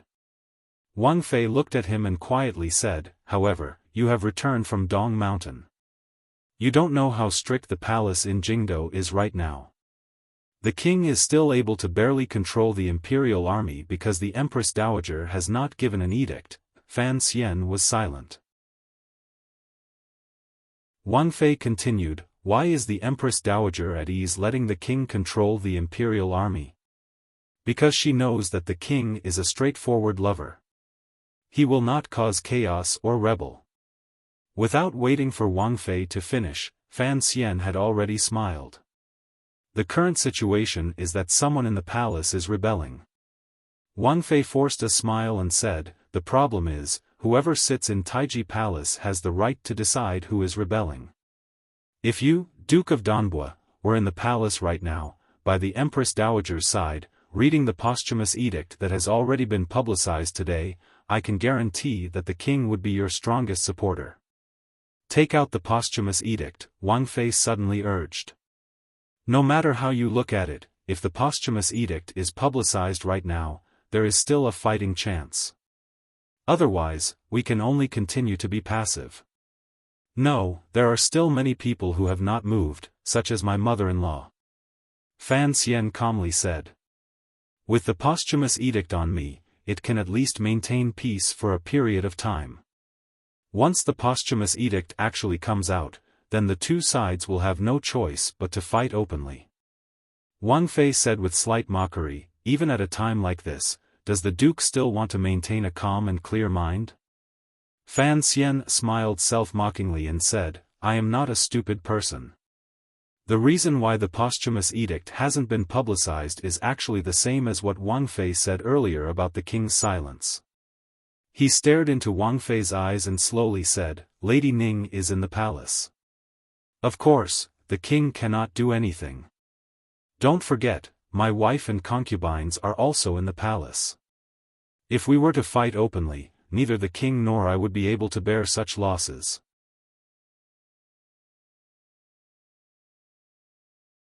Chapter 546.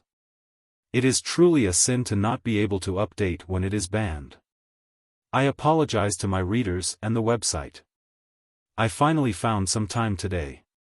I started writing at 8 in the morning until now. Not to mention anything else, I am hungry and apologetic, as well as a few days of chaos and panic. I am very grateful for everyone's understanding. I sincerely bow and step off the stage. Hearing these words, Wang Fei immediately didn't say anything more. She and Fan Xian both knew that after the three riders entered the capital, the Empress Dowager's seemingly chaotic and hurried edicts were gradually showing their use. The reason those edicts had placed such great restrictions on the great prince was because the Empress Dowager had seen clearly her eldest grandson's true character. He disregarded his birth mother and pursued his own interests. In the Empress Dowager's view, perhaps Fan Xian was such a sinister character, but the great prince was definitely not. The Duke of Donbua has only been one night and caused such a ruckus in Jingdo. From this, it can be seen that even if the internal court controls the Fan Manor and keeps an eye on the Overwatch Council, you still have your abilities. Wang Fei furrowed her brows slightly. So, I don't understand. What don't you understand? Without waiting for Wang Fei to finish, Fan Xian shook his head. To resolve this matter, it must be resolved in the palace. No matter how long it rages outside, it won't touch the root. If we want to resolve this matter in the palace, we must need His Highness's help. He looked calmly at Wang Fei's face and said, "Of course, His Highness also needs my help. There are some sinister things that he disdains to do or cannot do. In the end, someone needs to do it." Wang Fei smiled and slowly said, "You misunderstand what I mean. What I don't understand is why, even now, you still don't know the two pieces of good news that you should know the most."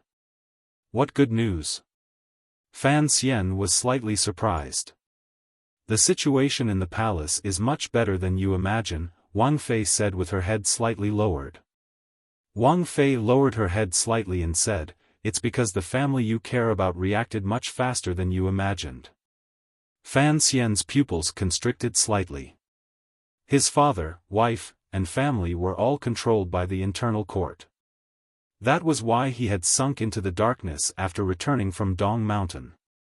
Because he didn't dare to take the risk of contacting the council, he could only secretly contact the power his father-in-law had left behind. He only had a general understanding of the situation at home.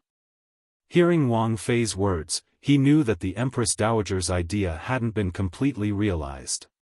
Thinking of this, his heart moved slightly, and he couldn't help but feel some anticipation.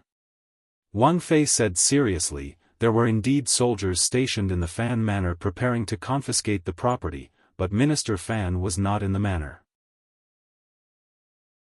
That day, the three riders entered the capital. After Minister Fan came out of the palace, he did not return to the manor. Instead, he was directly taken to the manor by King Jing. "King Jing?" Fan Xian was shocked. "Are you saying that my father has been staying in the manor for the past few days? Why isn't there any wind outside?" Wang Fei said, "The Fan Manor has already been sealed. Naturally, there will be no news from inside. After all, Imperial Prince Jing was the Empress Dowager's biological son. Since the emperor had already passed, the old woman had to give her only son some face. Thus, right now, the Jingdo government and the internal court are jointly monitoring the outside, but they don't dare to charge into the manor." Fan Xian smiled coldly and said, "What don't dare? What face?" However, the Empress Dowager thinks she can control everything in Jingdo. Since she hasn't captured me, why would she be in a rush to deal with my family? Once the posthumous edict is destroyed and you are eliminated, the Empress Dowager will dare to act. Fan Xian smiled. "Is there any other good news?" "That Lady Cece who is about to give birth," Wang Fei said. "A dozen days ago, she went with Princess Chen and the young master of the Lin family to the Fan Manor. Fan Xian furrowed his brows slightly. "That day, the Empress Dowager issued an edict summoning your family into the palace. In the end, the eunuch who went to announce the edict came up empty," Wang Fei said calmly. Wang Fei calmly said, "Because Cece is not in the manor at all, and we did not find any trace of her in the Fan Manor. In other words, Lady Cece disappeared over a dozen days ago." Wang Fei gazed at Fan Xian with a glimmer of admiration in her eyes. "That is why I don't understand. Sir, you made such appropriate arrangements beforehand. What exactly are you worried about right now? Fan Xian's expression did not change, but his heart sank into shock. Cece went to the Fan Manor and then disappeared. Who arranged this? Was it his father? Could it be that father already knew that His Majesty had been assassinated more than 10 days ago? So he deduced what would happen next and made the appropriate arrangements? It wasn't me. Fan Xian's expression was slightly ugly. I also don't know who took Cece or where she went. Wang Fei was shocked and stared at him speechlessly for a long time. She also sensed the great strangeness behind this matter. Just who would arrange this for Fan Xian so many days in advance? Seeing that the Fan Manor had hidden the news of Cece's disappearance for a dozen days, it was clear that they knew inside information. Fan Xian also understood this, so he was no longer worried about Cece's safety. Instead, he sank into some kind of confusion. He glanced at Wang Fei and saw the shock in her eyes. Old cripple. Director Chen. The same answer rose in both of their hearts. If they continued to theorize from this, perhaps they would touch upon an absurd and exaggerated truth. Thus, the two of them wisely did not continue to discuss it in depth. Fan Xian furrowed his brows slightly and said, "The manor has a good relationship with the director. Recently, Jingdo has been in such chaos that I was unable to return to the council. I found that the council was also in chaos. Does Wang Fei know why such a situation has occurred?" Wang Fei looked at him and was silent for a moment. She then said, "Everyone in the capital knows that once the emperor is not present, Director Chen's subsequent actions are the key. I don't believe the eldest princess would not have thought of this." On the first day, the Empress Dowager summoned Director Chen into the palace. I always thought he had entered the palace. Later, there was no news. Only then did I know that the matter was strange. Fan Xian waved his hand and said, "Even if the 13 city gate guards strictly control the flow of information inside and outside the city, it is not enough to seal the Qin garden on the outskirts of the capital into an isolated island." He furrowed his brows. A few days after returning to the capital, he could only secretly communicate with some subordinates in the council. He did not know much about the details of the council, but he could feel that the Overwatch Council had become anxious because of the news of the Commissioner's rebellion. For some reason, Chen Pingping, who was supposed to oversee the Overwatch Council, did not enter the capital on the Empress Dowager's orders. Could the news of the poisoning be true? Fan Xian thought to himself. Wang Fei didn't know what he was thinking, but she coincidentally sighed and said, "I'm afraid the news of the poisoning is true." Fan Xian's heart tightened slightly. Given the Overwatch Council's defensive power, how could someone have poisoned Chen Pingping's tea? Everyone said it was the work of the poison master in Dongyi. At first, I thought the director was using the poisoning matter to remove himself from the fight in court, he said with his eyes slightly closed. If the poisoning matter is true, then this matter is troublesome. It is already very troublesome.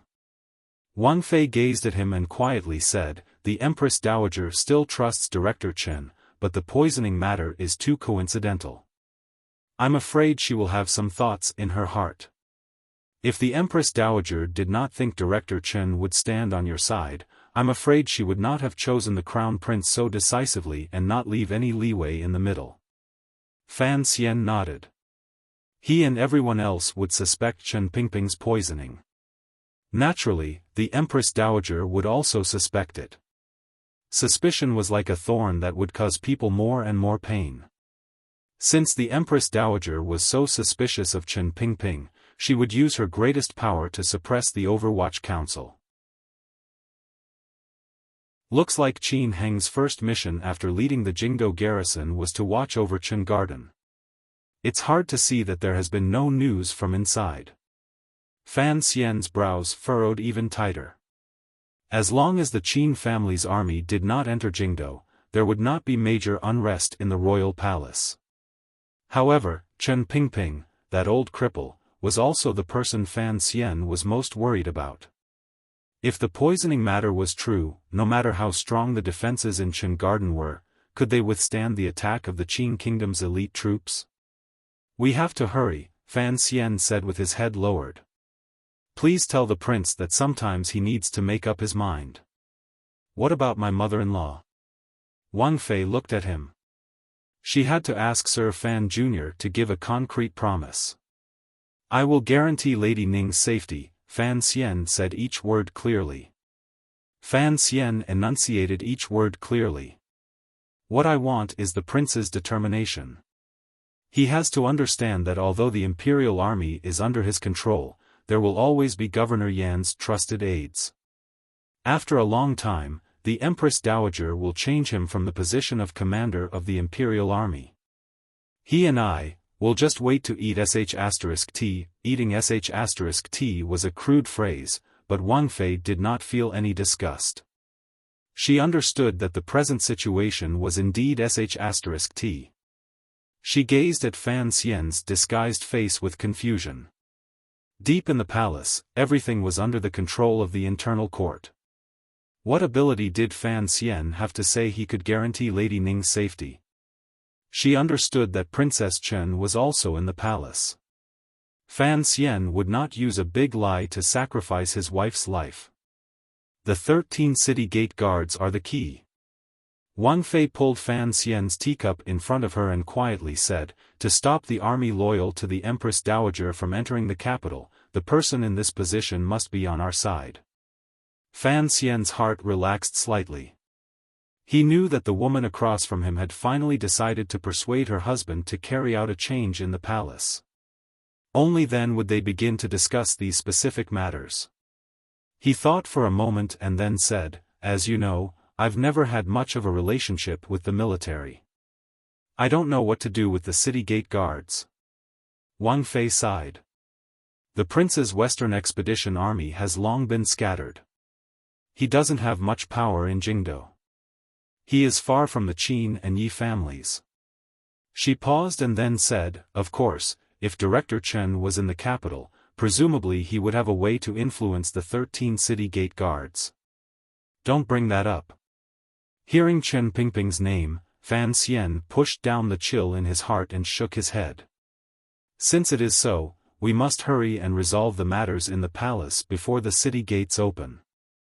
It is too difficult. Wang Fei stared into his eyes. Fan Xian pulled back the teacup in front of her and said with his head down, there is only one teapot, but there are too many teacups. Don't keep your eyes on the Qin family's army. Think of the Yi family. Yizhong is not far from the capital. Although the Empress Dowager has ordered him to return to Dingzhou, who knows if the thousands of Hu fighters have left yet? Wang Fei bit her lip. Her heart jumped. Fan Xian raised his head and calmly said, the second prince's thoughts are simple. He will temporarily push the crown prince to the throne, but he wants a part of this pot of tea in Jingdo. If the Yi family behind him doesn't enter the capital, what right does he have to speak? Of course, all of this happened with my mother-in-law's approval. Fan Xian rubbed his temples. The eldest princess is not like the Empress Dowager. She is a woman who worships military power. If we have to kill a few thousand people to stabilize the court, she won't mind. Wang Fei was silent for a moment and then slowly stood. Looking at Fan Xian, she said, in the end, there will still be a massacre. A bloodless coup will always be a perfect plan or an extreme coincidence, Fan Xian said. Fan Xian said, although I am a very lucky person, I dare not entrust this matter to luck. Particularly since the eldest princess has prepared such a crazy plan, I don't think she will bemoan the state of the universe and pity the fate of mankind enough to watch us mess around in the palace and not move troops. Wang Fei nodded and said, I will pass on your intentions to the great prince. Fan Xian smiled and said without giving her any face, since you have come, it means that the great prince will accept my intentions. These words meant that the great prince knew exactly what Fan Xian wanted. He had only asked Wang Fei to come and see just how many cards Fan Xian had in his hands and how much he could do. Having her pretense seen through, Wang Fei only smiled. She then said, "The Duke of Danbua is becoming more and more confident. In the face of Jingdo's dangerous situation, you can still talk so cheerfully and wittily." Fan Xian was silent for a moment. He then said, "I do indeed have confidence. As long as the Yi and Qin family's armies are unable to enter the capital in time, for me, Jingdo is nothing more than an empty city." The most powerful figures in the world had all been attracted to Dong Mountain by the dazzling Qing emperor. Although Fan Xian's injuries had not healed, his temperament and confidence had already grown to the peak of his state after his rebirth. Wang Fei suddenly paused and said, "I am a bit curious. I am a bit curious. Last night, the Duke of Danbua contacted a group of officials to rise up in the palace today. At this moment, the royal palace is probably in a storm of blood and a sinister scene." She stared into Fan Xian's eyes. "Those old and virtuous officials are standing against the Empress Dowager because of you. Perhaps they will pay the price with their lives, yet you are quietly watching from the side. I don't know if this is calmness or cold-bloodedness." Wang Fei smiled gently. "Sometimes, I have to admire you for picking countless people to stand up for you, to shed their blood, to lay down their heads, and to seek benefits for you. If those officials had thought through this, would they have cried out that they had been tricked in the moment before they died?" As she spoke, there was a glimmer of mockery at the corners of Wang Fei's lips. In her opinion, Fan Xian's actions had forced the crown prince into a very embarrassing and terrifying situation. Fan Xian had chosen to collude in this matter the night before his ascension to the throne. He had not given anyone a chance to react. If the crown prince killed the officials, he would be implicated as unjust. It was as if those officials were using their heads to shout for Fan Xian. Fan Xian's expression gradually calmed. Today, the crown prince of Taiji Palace's ascension had been stopped because of him, with the help of his father-in-law in Wuxia, inciting the two scholars. As for the risks of this matter, it was not that he had not thought about it. From a certain point of view, he was using the lives of the truly brave civil officials in Taiji Palace to take a risk. This was indeed a very risky and selfish choice. Faced with Wang Fei's mockery, he did not refute anything. He only slowly said, "Thieves have a way, and officials also have a way. In the past, I was a person who was very afraid of death. Only recently did I understand a principle. Death is heavier than Dong Mountain and lighter than a goose feather. The scholars Hu and Shu are willing to follow the righteous path in their hearts. This is their choice. Heavier than Dong Mountain and lighter than a goose feather?" Wang Fei repeated these words and looked at Fan Xian's face in a daze. She faintly felt that when she met Sir Fan Jr. again this time, this young man still had a murderous nature mixed with warmth on the surface. However, there seemed to be some changes happening in his bones. She still couldn't resist asking, "Since that is the case, why do you hide behind the scenes and not charge forward bravely?" Suddenly appearing in the hall, showing the posthumous edict, and facing the attacks of the aces of the internal court, Fan Xian smiled bitterly. "This is indeed very handsome, but it doesn't seem to have a good effect." He withdrew his smile and said with a seriousness that had never been seen before, 20 days ago, on a meadow at the summit of a tall mountain, I learned some things. From now on, I am not afraid of death. I still cherish life. If I am destined to die, I hope my death can be of some value." Wang Fei was silent. Fan Xian closed his eyes for a moment and then said, "I am not risking the lives of those respectable civil officials. If the person in charge right now was the eldest princess, would choose another method. Right now, the person ascending to the throne in Taiji Palace is the crown prince, not the second prince." He opened his eyes and coldly said, "The second prince is cold under his emotions. On the contrary, I still have some confidence in the crown prince." "What confidence?" "I still think that the crown prince is the most gentle of us brothers, Fan Xian smiled warmly. The Empress Dowager is old and does not want to kill enough.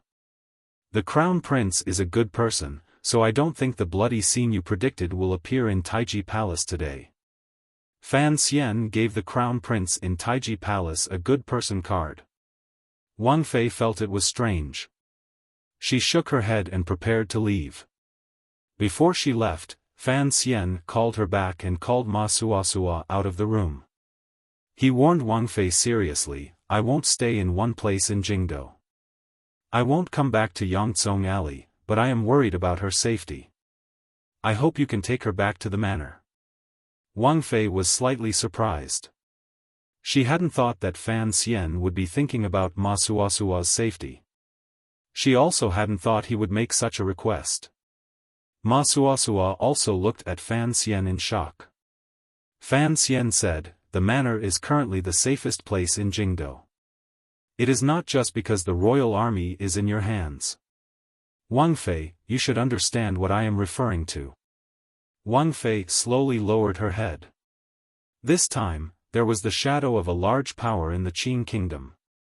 Even the eldest princess had to give some face to a foreign ally and give some face to the sister of the northern Qi emperor. The three of them walked to the wooden door of the little courtyard and bowed before parting. At the last moment, Fan Xian stared into Wang Fei's eyes and said, "Earlier, you used righteousness to reprimand me. Now, I must remind you of something. You are Wang Fei now, so you must think of yourself as a person of the Qin kingdom and not a person of Qi." Wang Fei's heart trembled slightly. She didn't dare look directly into Fan Xian's deep and cold eyes. Autumn had just arrived. It was slightly cold but not bone-chilling. As Wang Fei sat in the carriage, she felt the wind seeping in through the curtains. It was so cold that she couldn't help but shiver a few times. She had arranged for Ma Suasua to be in the second carriage. Even if Fan Xian hadn't asked her to look after that unfortunate Hu girl, Wang Fei would not have left her in Yangzong Alley. If she died, how would she explain it to the king? Wang Fei shivered again. She was the only one in the carriage. She had enough time to reflect on Fan Xian's last words. She knew that Fan Xian already had a comprehensive plan for this entire matter, which was why he was reminding her. As for Fan Xian, Wang Fei had married from northern Qi. They had traveled together and carefully observed him. She knew very well how powerful he was, particularly the tense scene in Taiji Palace. It had been caused by the wave of his sleeve overnight. Wang Fei couldn't help but feel a glimmer of respect.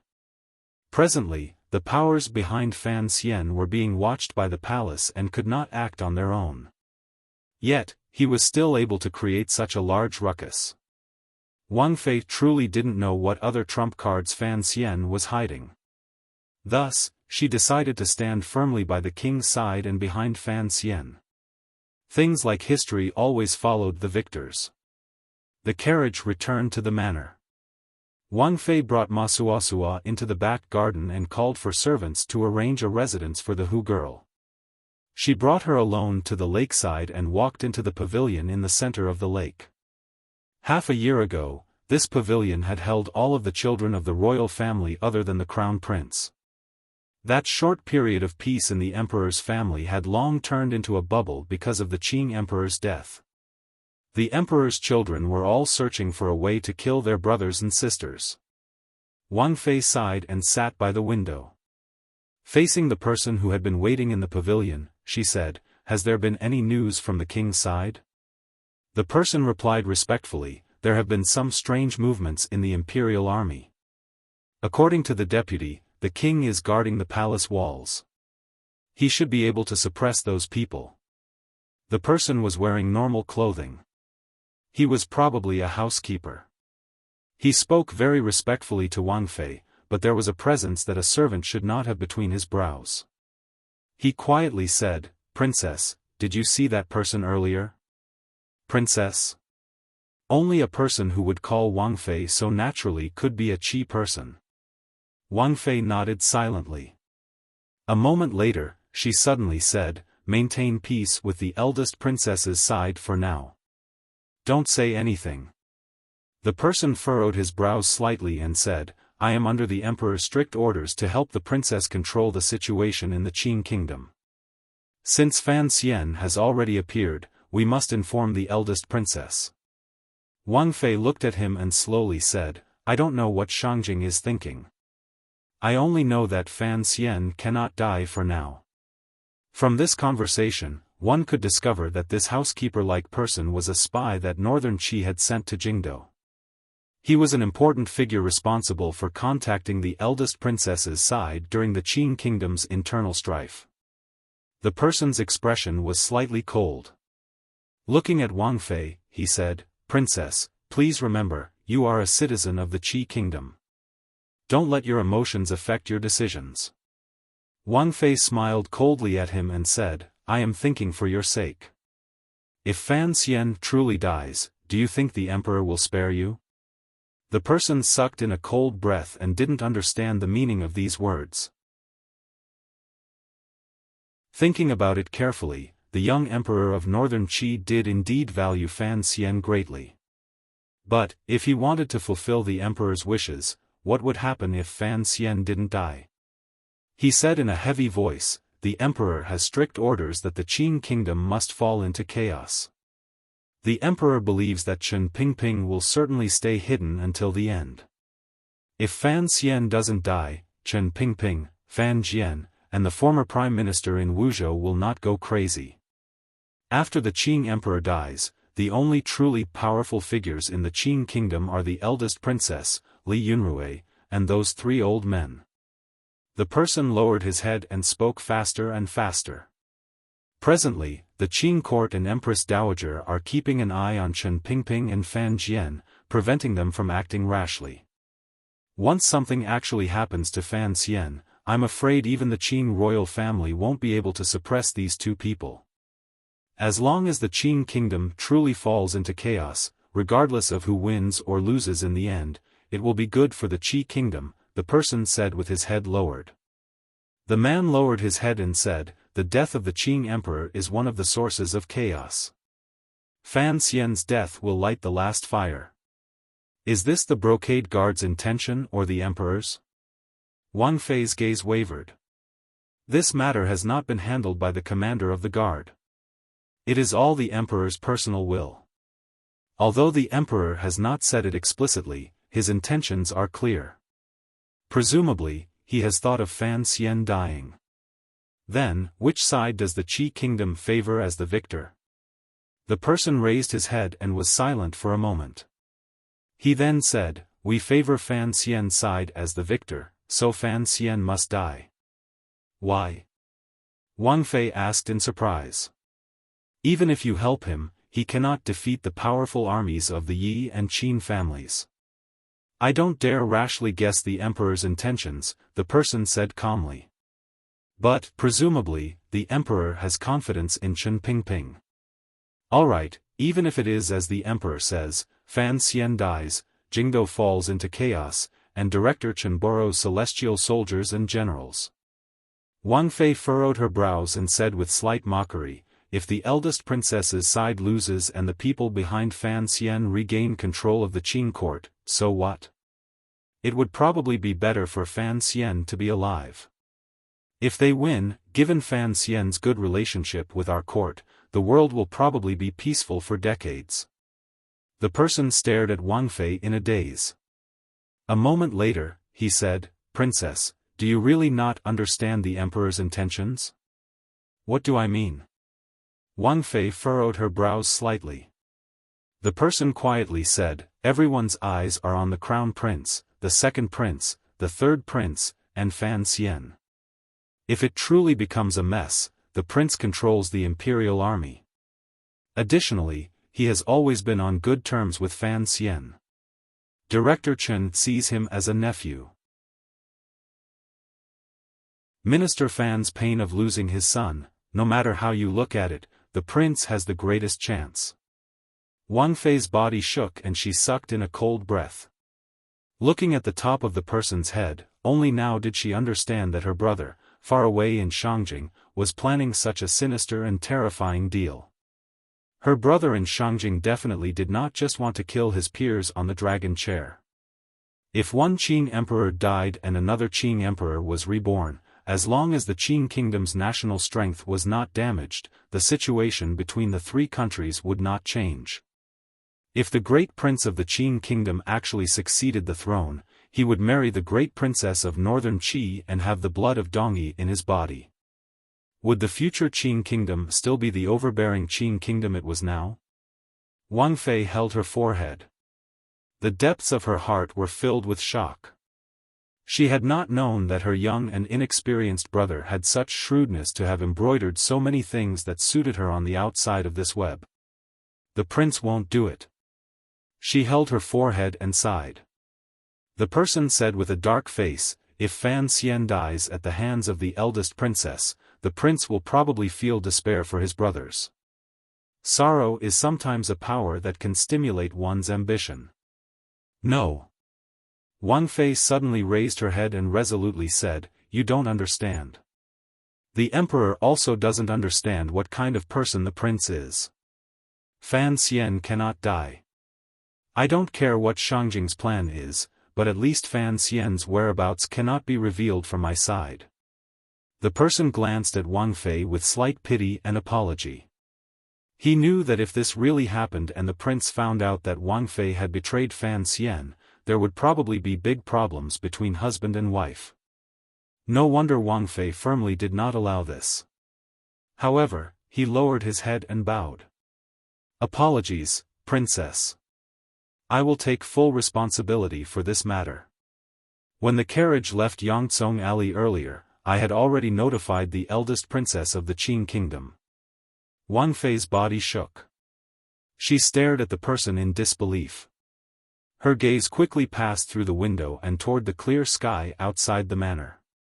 She didn't know if Fan Xian would be able to keep his life. Fan Xian was a careful person. Otherwise, he would not have allowed Wang Fei to take Ma Suasua away.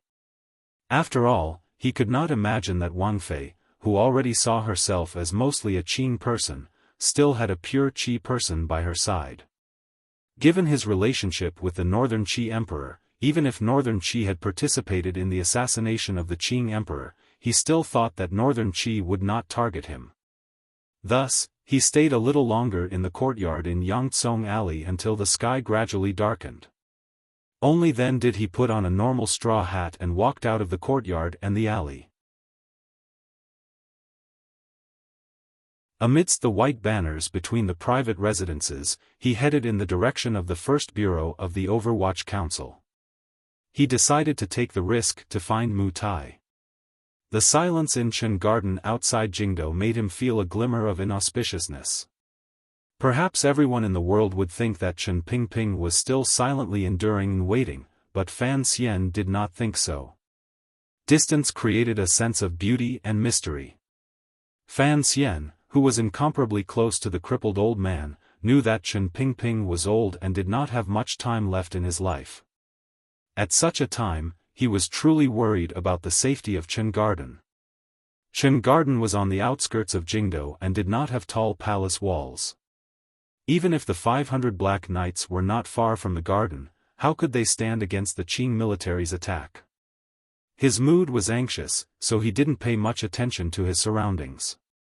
His ears twitched and he heard the sound of horse hooves coming from a distant street.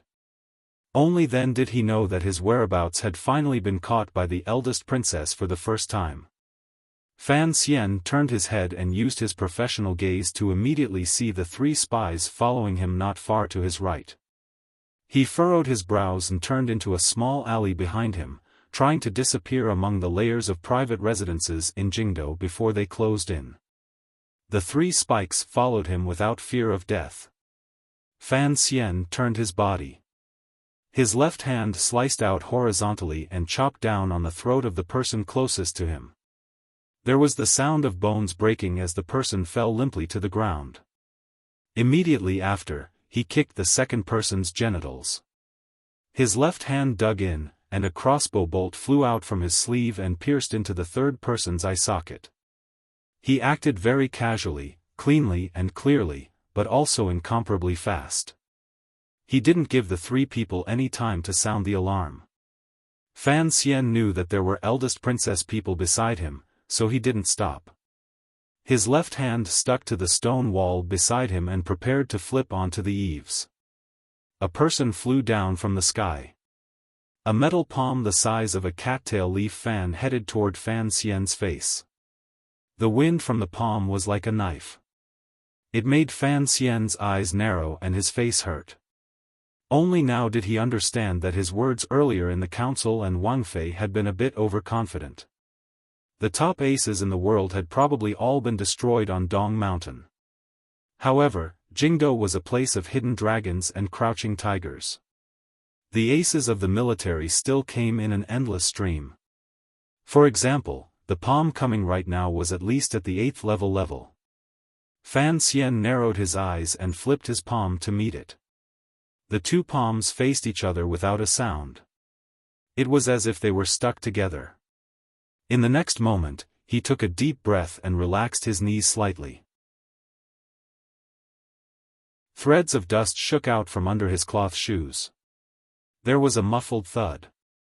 The bones of the military ace's wrist, arm, and sternum were all shattered. His entire body was sent flying into the sky by a copious and irresistible tyrannical power. Spraying out fresh blood, the ace flew miserably with an expression of disbelief on his face. It was as if he couldn't understand how such a gentle-looking young man could have a tyrannical aura that was completely different from his. Fan Xian pulled back his calm palm and coughed. He felt a sharp, tearing pain in the left side of his chest. He knew that the heavy injury Yan Xiaoyi had given him was beginning to act up again. He knew he couldn't fight for long. He had to immediately escape the eldest princess's pursuit. However, after sending the ace flying with one palm, he was also stopped for a moment. In an instant, the entire small alley was surrounded by people. Fan Xian narrowed his eyes and looked. He could tell that there were soldiers from the Jingdo garrison stationed in the capital, people from the Ministry of Justice, and even more aces from the Jingdo government. Behind them stood a few eunuchs from the internal court. It looked like other than his own Overwatch Council, all of the powerful yamans in Jingdo had sent people. Looking at this scene, Fan Xian sighed in his heart. He knew that no matter how tragic the ending in Taiji Palace was, at least for now, the palace had already confirmed his great crime of murdering the emperor. He had already become an evil thief that everyone had to punish. But, he didn't feel a glimmer of fear. He also didn't feel the sorrow of a tiger falling from grace after being injured. He only watched all of this calmly.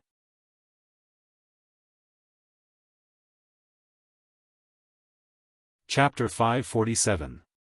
Kill. Shouts of killing rang out from all directions in the alley. Countless people surged toward Fan Xian, who was standing in the middle of the alley. The tide of people surged forward. It was like a large river running into an immovable rock. Water splashed in all directions. The sound of sharp blades slicing through flesh pierced into people's eardrums. Then, the four people at the very front fell down like 4 pieces of wood. They clutched their throats and fell down. Fresh blood flowed endlessly from their hands. A slender black dagger had appeared in Fan Xian's hand. There were a few drops of dark blood on the blade's lightless edge. The deaths of a few people could not force back everyone's charge. The soldiers' charge did not even pause for a moment before they once again drowned out Fan Xian. The black light flashed again. This time, Fan Xian sinisterly chose to strike downward. He no longer tried to kill with one strike or slice open the throats of the soldiers. Instead, he slashed a few times at the legs and abdomen of the people around him. At the same time, several bloody wounds appeared on their bodies. The flesh that had been flipped open spurted out bright red blood. After a moment, the blood immediately turned black, and a faint fishy smell wafted out. A number of particularly wretched cries rang out in the alley. The injured people would not die immediately. They were in incomparable pain from the poison on Fan Xian's black dagger. The rising and falling of the wretched cries finally brought the soldiers surrounding Fan Xian to their senses. It made the people holding long spears and sharp blades remember the legendary power and viciousness of Sir Fan Jr. The tide of people paused. Taking advantage of this opportunity, Fan Xian charged toward the back of the alley like a wandering spirit. Like a shadow and wind, he moved close to the people's bodies. Occasionally, he stretched out a demonic palm and gently brushed it across their earlobes, fingers, armpits, and other weak spots. Each brush left behind a wretched cry and an injured person who fell to the ground. In this instant, Fan Xian chose a small trick. This was the best way to save energy and not use up qi. The crowd was surging, and moving like this was the most suitable method. Every time he made a move, he no longer intended to make the soldiers beside him fall, but to make them cry out in pain and jump up, turning them into leaping trees to conceal the cunning beast he was. In the twilight, he fled towards the back of the encirclement. Not far away, a general who was in charge of the search looked at the commotion, and a trace of coldness and fear flashed through his eyes.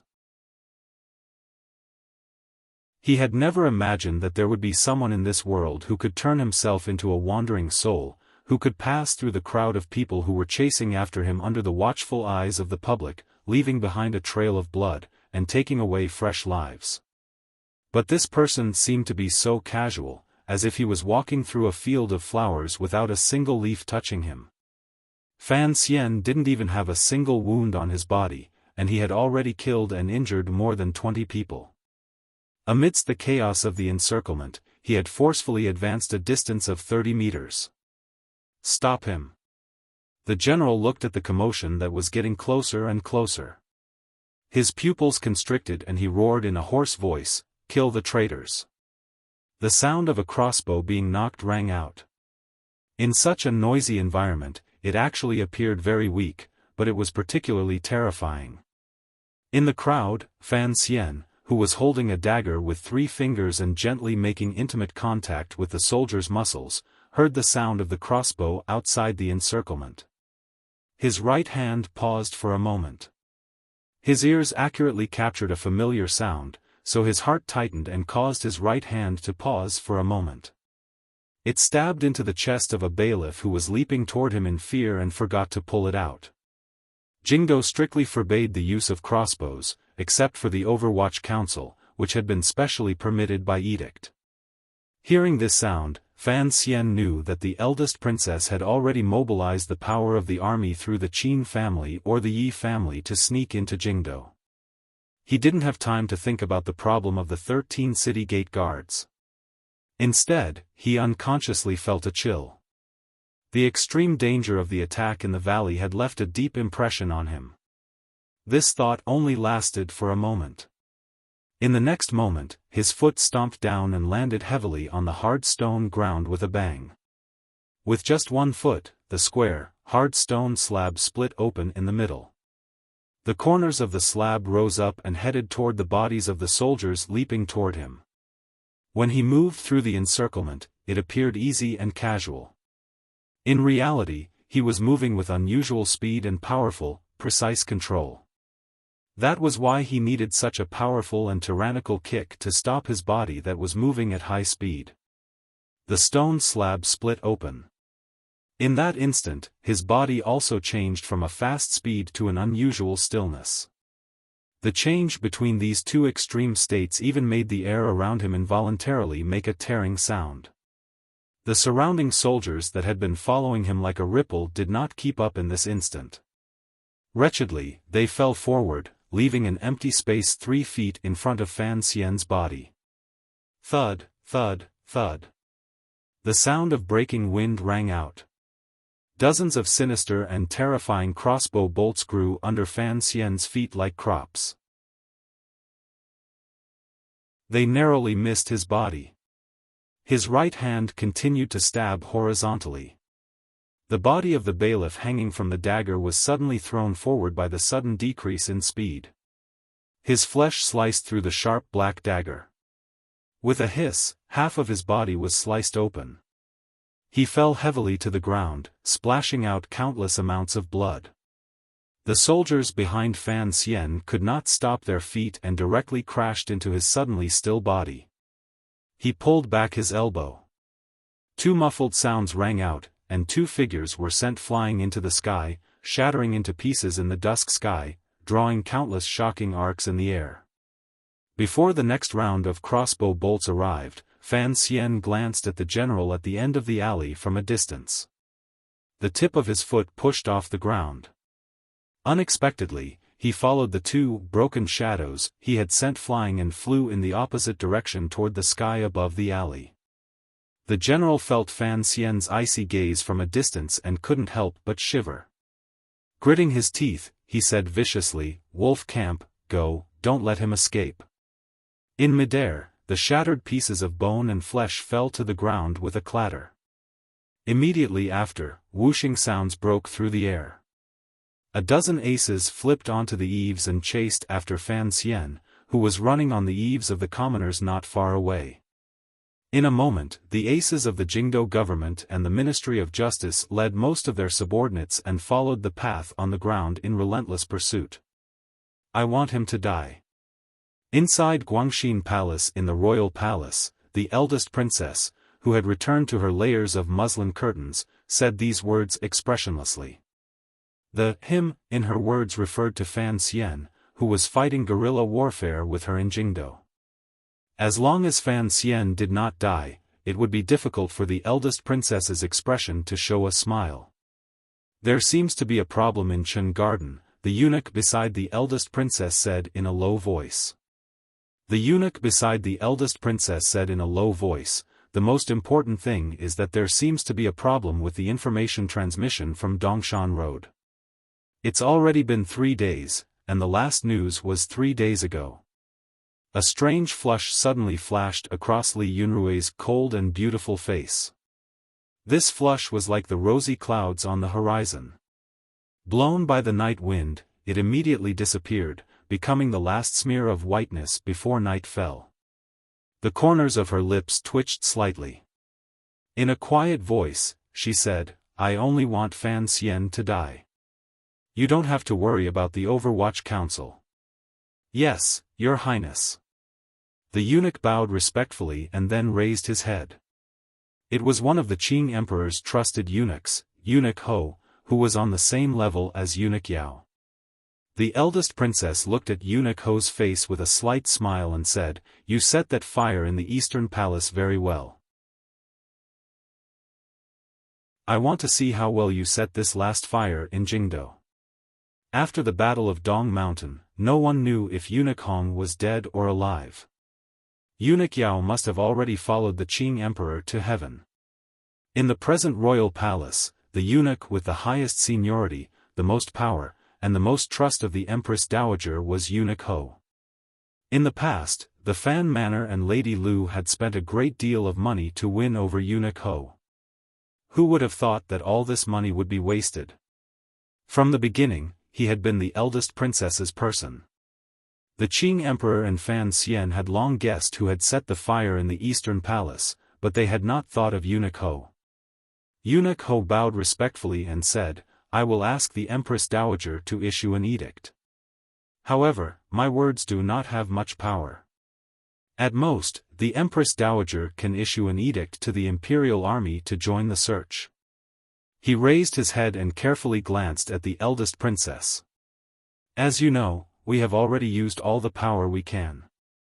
The Imperial Army also appeared in Yangtsung Alley earlier, but they did not move at all. It is clear that the Great Prince has other intentions." The eldest princess calmly said, "We cannot move the Imperial Army." Eunuch Ho probingly said, "Although something major happened in Taiji Palace today and 40 officials have been thrown into prison, the Empress Dowager's intentions have not changed. Since it has already been confirmed that the Crown Prince will inherit the throne, do you think we can move the Great Prince's position? You want me to talk to my mother?" The eldest princess said with slight mockery. "Don't make such plans.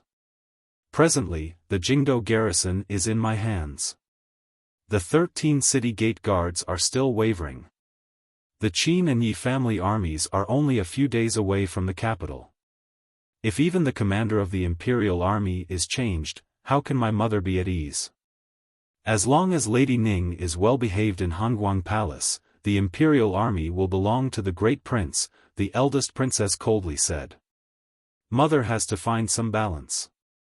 Otherwise, is she not worried that I will destroy this royal palace in the future? Eunuch Ho's heart shivered and didn't say anything more. Fan Xian is sick, the eldest princess continued to smile slightly. With me holding on to his illness, it is impossible for him to leave Jingdo. He can only endure in Jingdo. I want to see how he, an evil assassin, will continue to endure when those dozens of officials can't endure, the officials of Taichung Temple and the Ministry of Rites can't hold on, and the Crown Prince can rightfully ascend to the throne. Eunuch Ho glanced at the eldest princess with respect. Carefully, he said, it's a pity that when the Empress Dowager gave the edict, the concubine carrying Sir Fan Jr.'s blood somehow escaped. Not escaped. The eldest princess narrowed her eyes slightly. Her long eyelashes blinked slightly. Someone is protecting him. However, I am very curious whether or not that person, who has lost his master, can still protect himself. Your Highness's calculations are divine. There is nothing to calculate. You have to prepare. Perhaps in a few days, I will have to leave the palace, the eldest princess said with a smile. No one knew why she had chosen to leave the palace. Eunuch Ho smiled fawningly and said, then, I will return to Hanguang Palace right now. Go, the eldest princess said. Let mother's heart be more resolute. Yes. Eunuch Ho obeyed and left. Passing through the deathly silent palace, he heard the faint sounds of sorrow falling in his ears. He returned to Hanguang Palace and said a few words in front of the Empress Dowager. Looking at the Empress Dowager's grizzled hair, dispirited expression, and unbearable spirit, this eunuch sighed in his heart. He thought to himself that the Empress Dowager had once been a very powerful figure. Now, she could only wholeheartedly maintain the peace of the court and could not bring out much boldness. He had decided to follow the eldest princess many years ago. This was truly a wise choice. In Guangxin Palace. After Eunuch Ho left, the eldest princess lowered her eyelids slightly and quietly said something to her trusted aide. It seemed that she was going to send a message somewhere outside the palace. A few words could be faintly heard. It should be related to the situation outside Jingdo. Then she sat in silence and solitude for a while. She clapped her hands, and palace maids respectfully surrounded or guarded a man and a woman. They walked in from the back of Guangxin Palace and sat by her side. The eldest princess revealed a slight smile and quietly said to the daughter beside her, whose brows did not resemble hers, Chen, mother has already found Fan Xian. Lin Wan lowered her head slightly and gently bit her lower lip. She was not shocked by these words. She didn't even raise her head. The eldest princess furrowed her brows slightly. It was as if she felt a glimmer of anger at her daughter's emotional reaction. In a low voice, she said, Fan Xian is a rat. If he truly cares about you, then naturally, he will come to the palace. Lin Wan suddenly raised her head. Her usually unusually gentle and watery eyes were filled with coldness and indifference. She looked at her mother.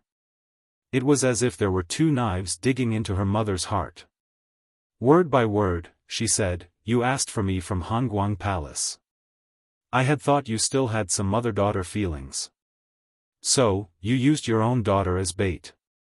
Lin Wan's expression was calm as she said, but, that's right. Uncle has said many times that you are a madman and cannot do things like normal people. Don't worry, I won't resent you.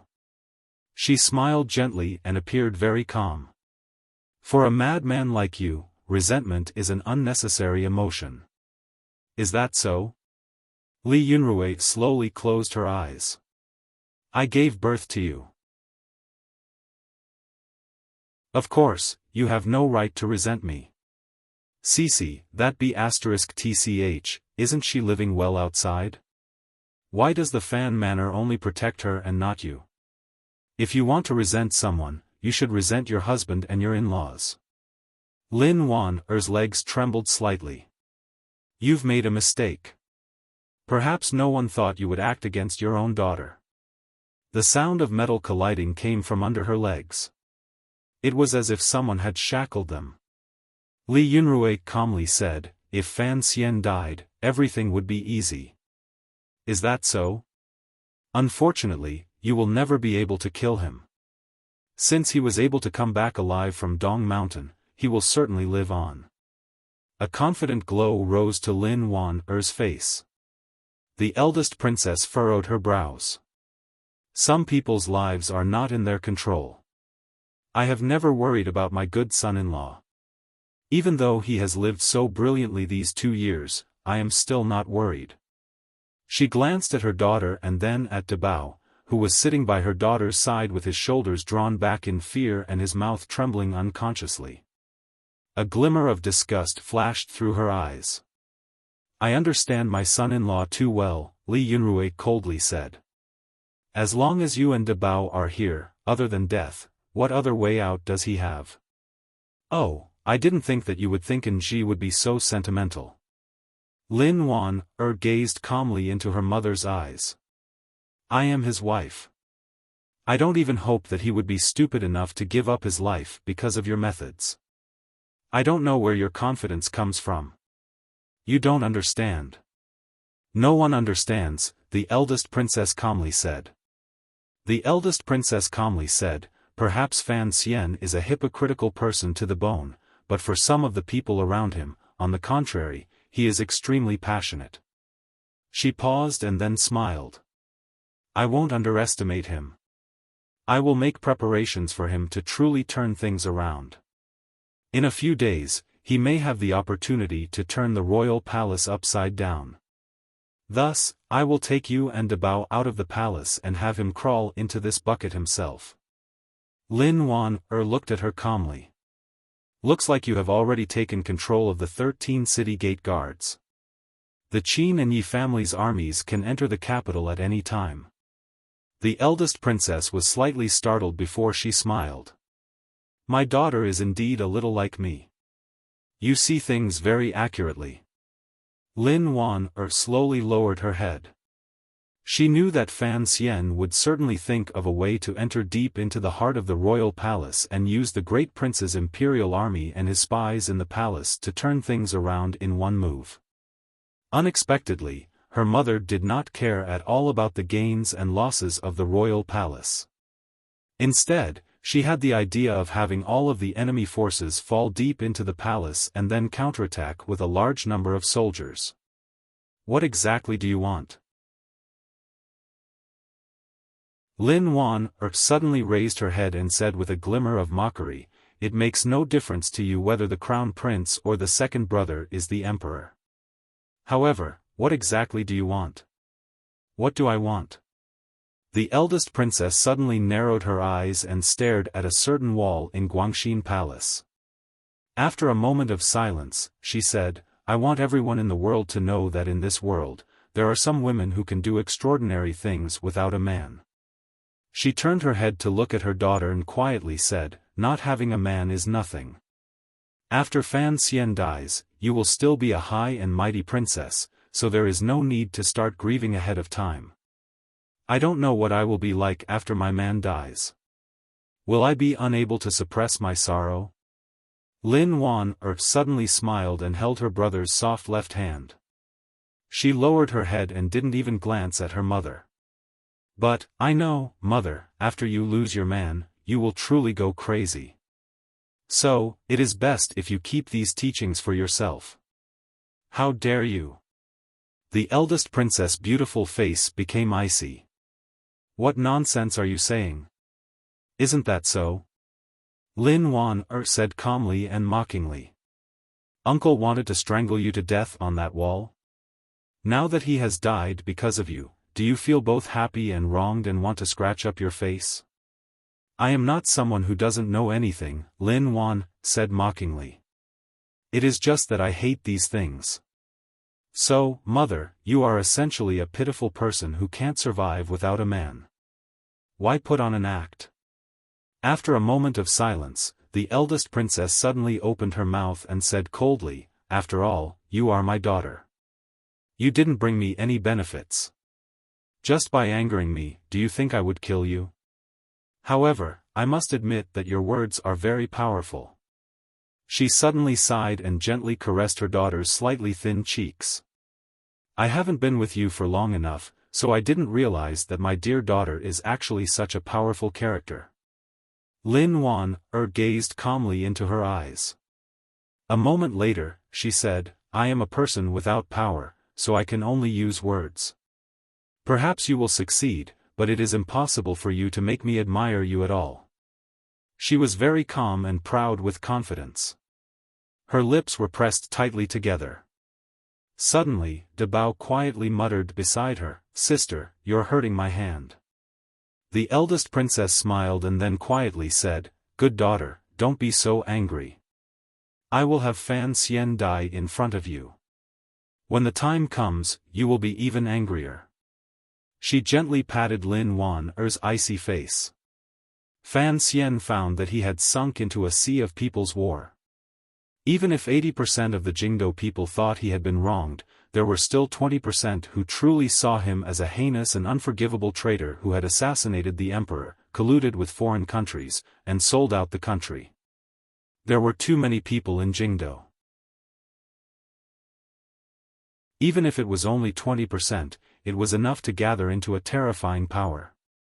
Looking at the people beating gongs and drums and calling for bailiffs and soldiers to come and capture him, Fan Xian, who was running through the streets and alleys, smiled bitterly and couldn't help but want to curse. He wanted to take a loudspeaker and ask the people of the Qin kingdom who had worshipped him as an immortal poet in the past. If he really was a bastard, why did he come back to Jingdo? Furthermore, he had not thought that although his Overwatch Council was closely watched by the internal court, the secret agents of the First Bureau would purposely create trouble to help him. Even so, after fleeing for so long, he still had not shaken off the eldest princess's pursuit. The dozen or so experts from the military were really a headache. Even more troublesome were the bailiffs of the Jingdo government and the officials of the Ministry of Justice. These people hung around Jingdo all year round and had close relationships with the people. Under their relentless pursuit, it made it impossible for a warrior like Fan Xian to remain hidden for more than 15 minutes. Fan Xian leaned against the wall of a courtyard and narrowed his eyes at the darkening night sky. He saw the bright moon on the horizon and couldn't help furrowing his brows. He began to curse the heavens and the Qin kingdom's unusually good environmental protection work. Under the clear moonlight, Fan Xian was faced with the largest number of people in Jingdo's history and the strictest search for an imperial criminal. He was confident that he would be able to disappear into the sea of residences. The slight coolness of the courtyard seeped into his heart and lungs, calming his emotions slightly.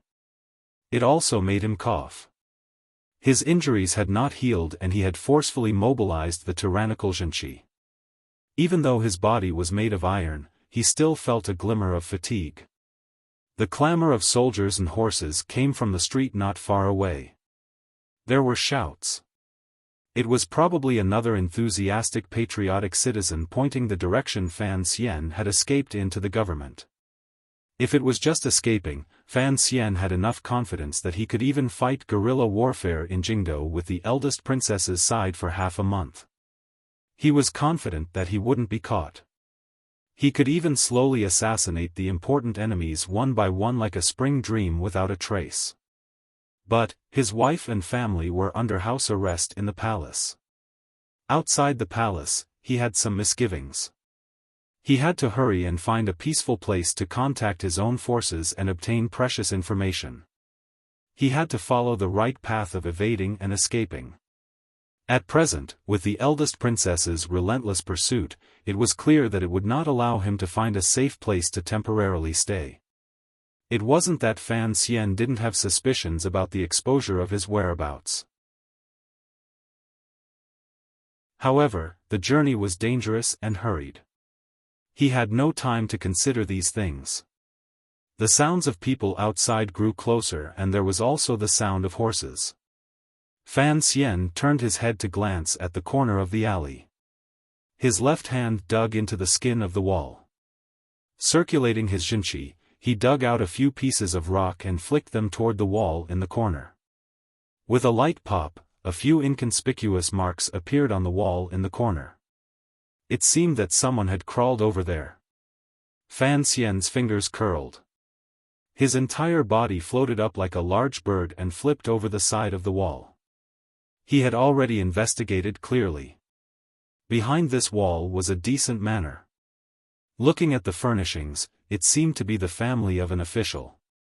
He decided to take a gamble and see if he could find someone he could trust. Even if he couldn't, he would try to hide.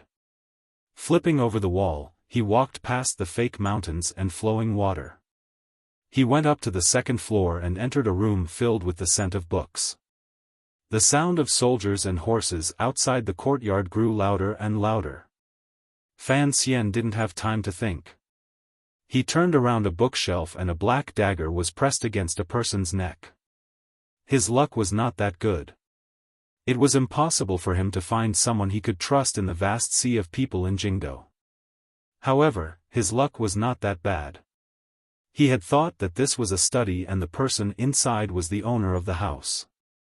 He had not expected that under the black dagger was a delicate and pitiful girl. You're tuning in to the Xiaofan's Wuxia Tales YouTube channel. Don't forget to subscribe and join us on this journey to catch the most captivating stories.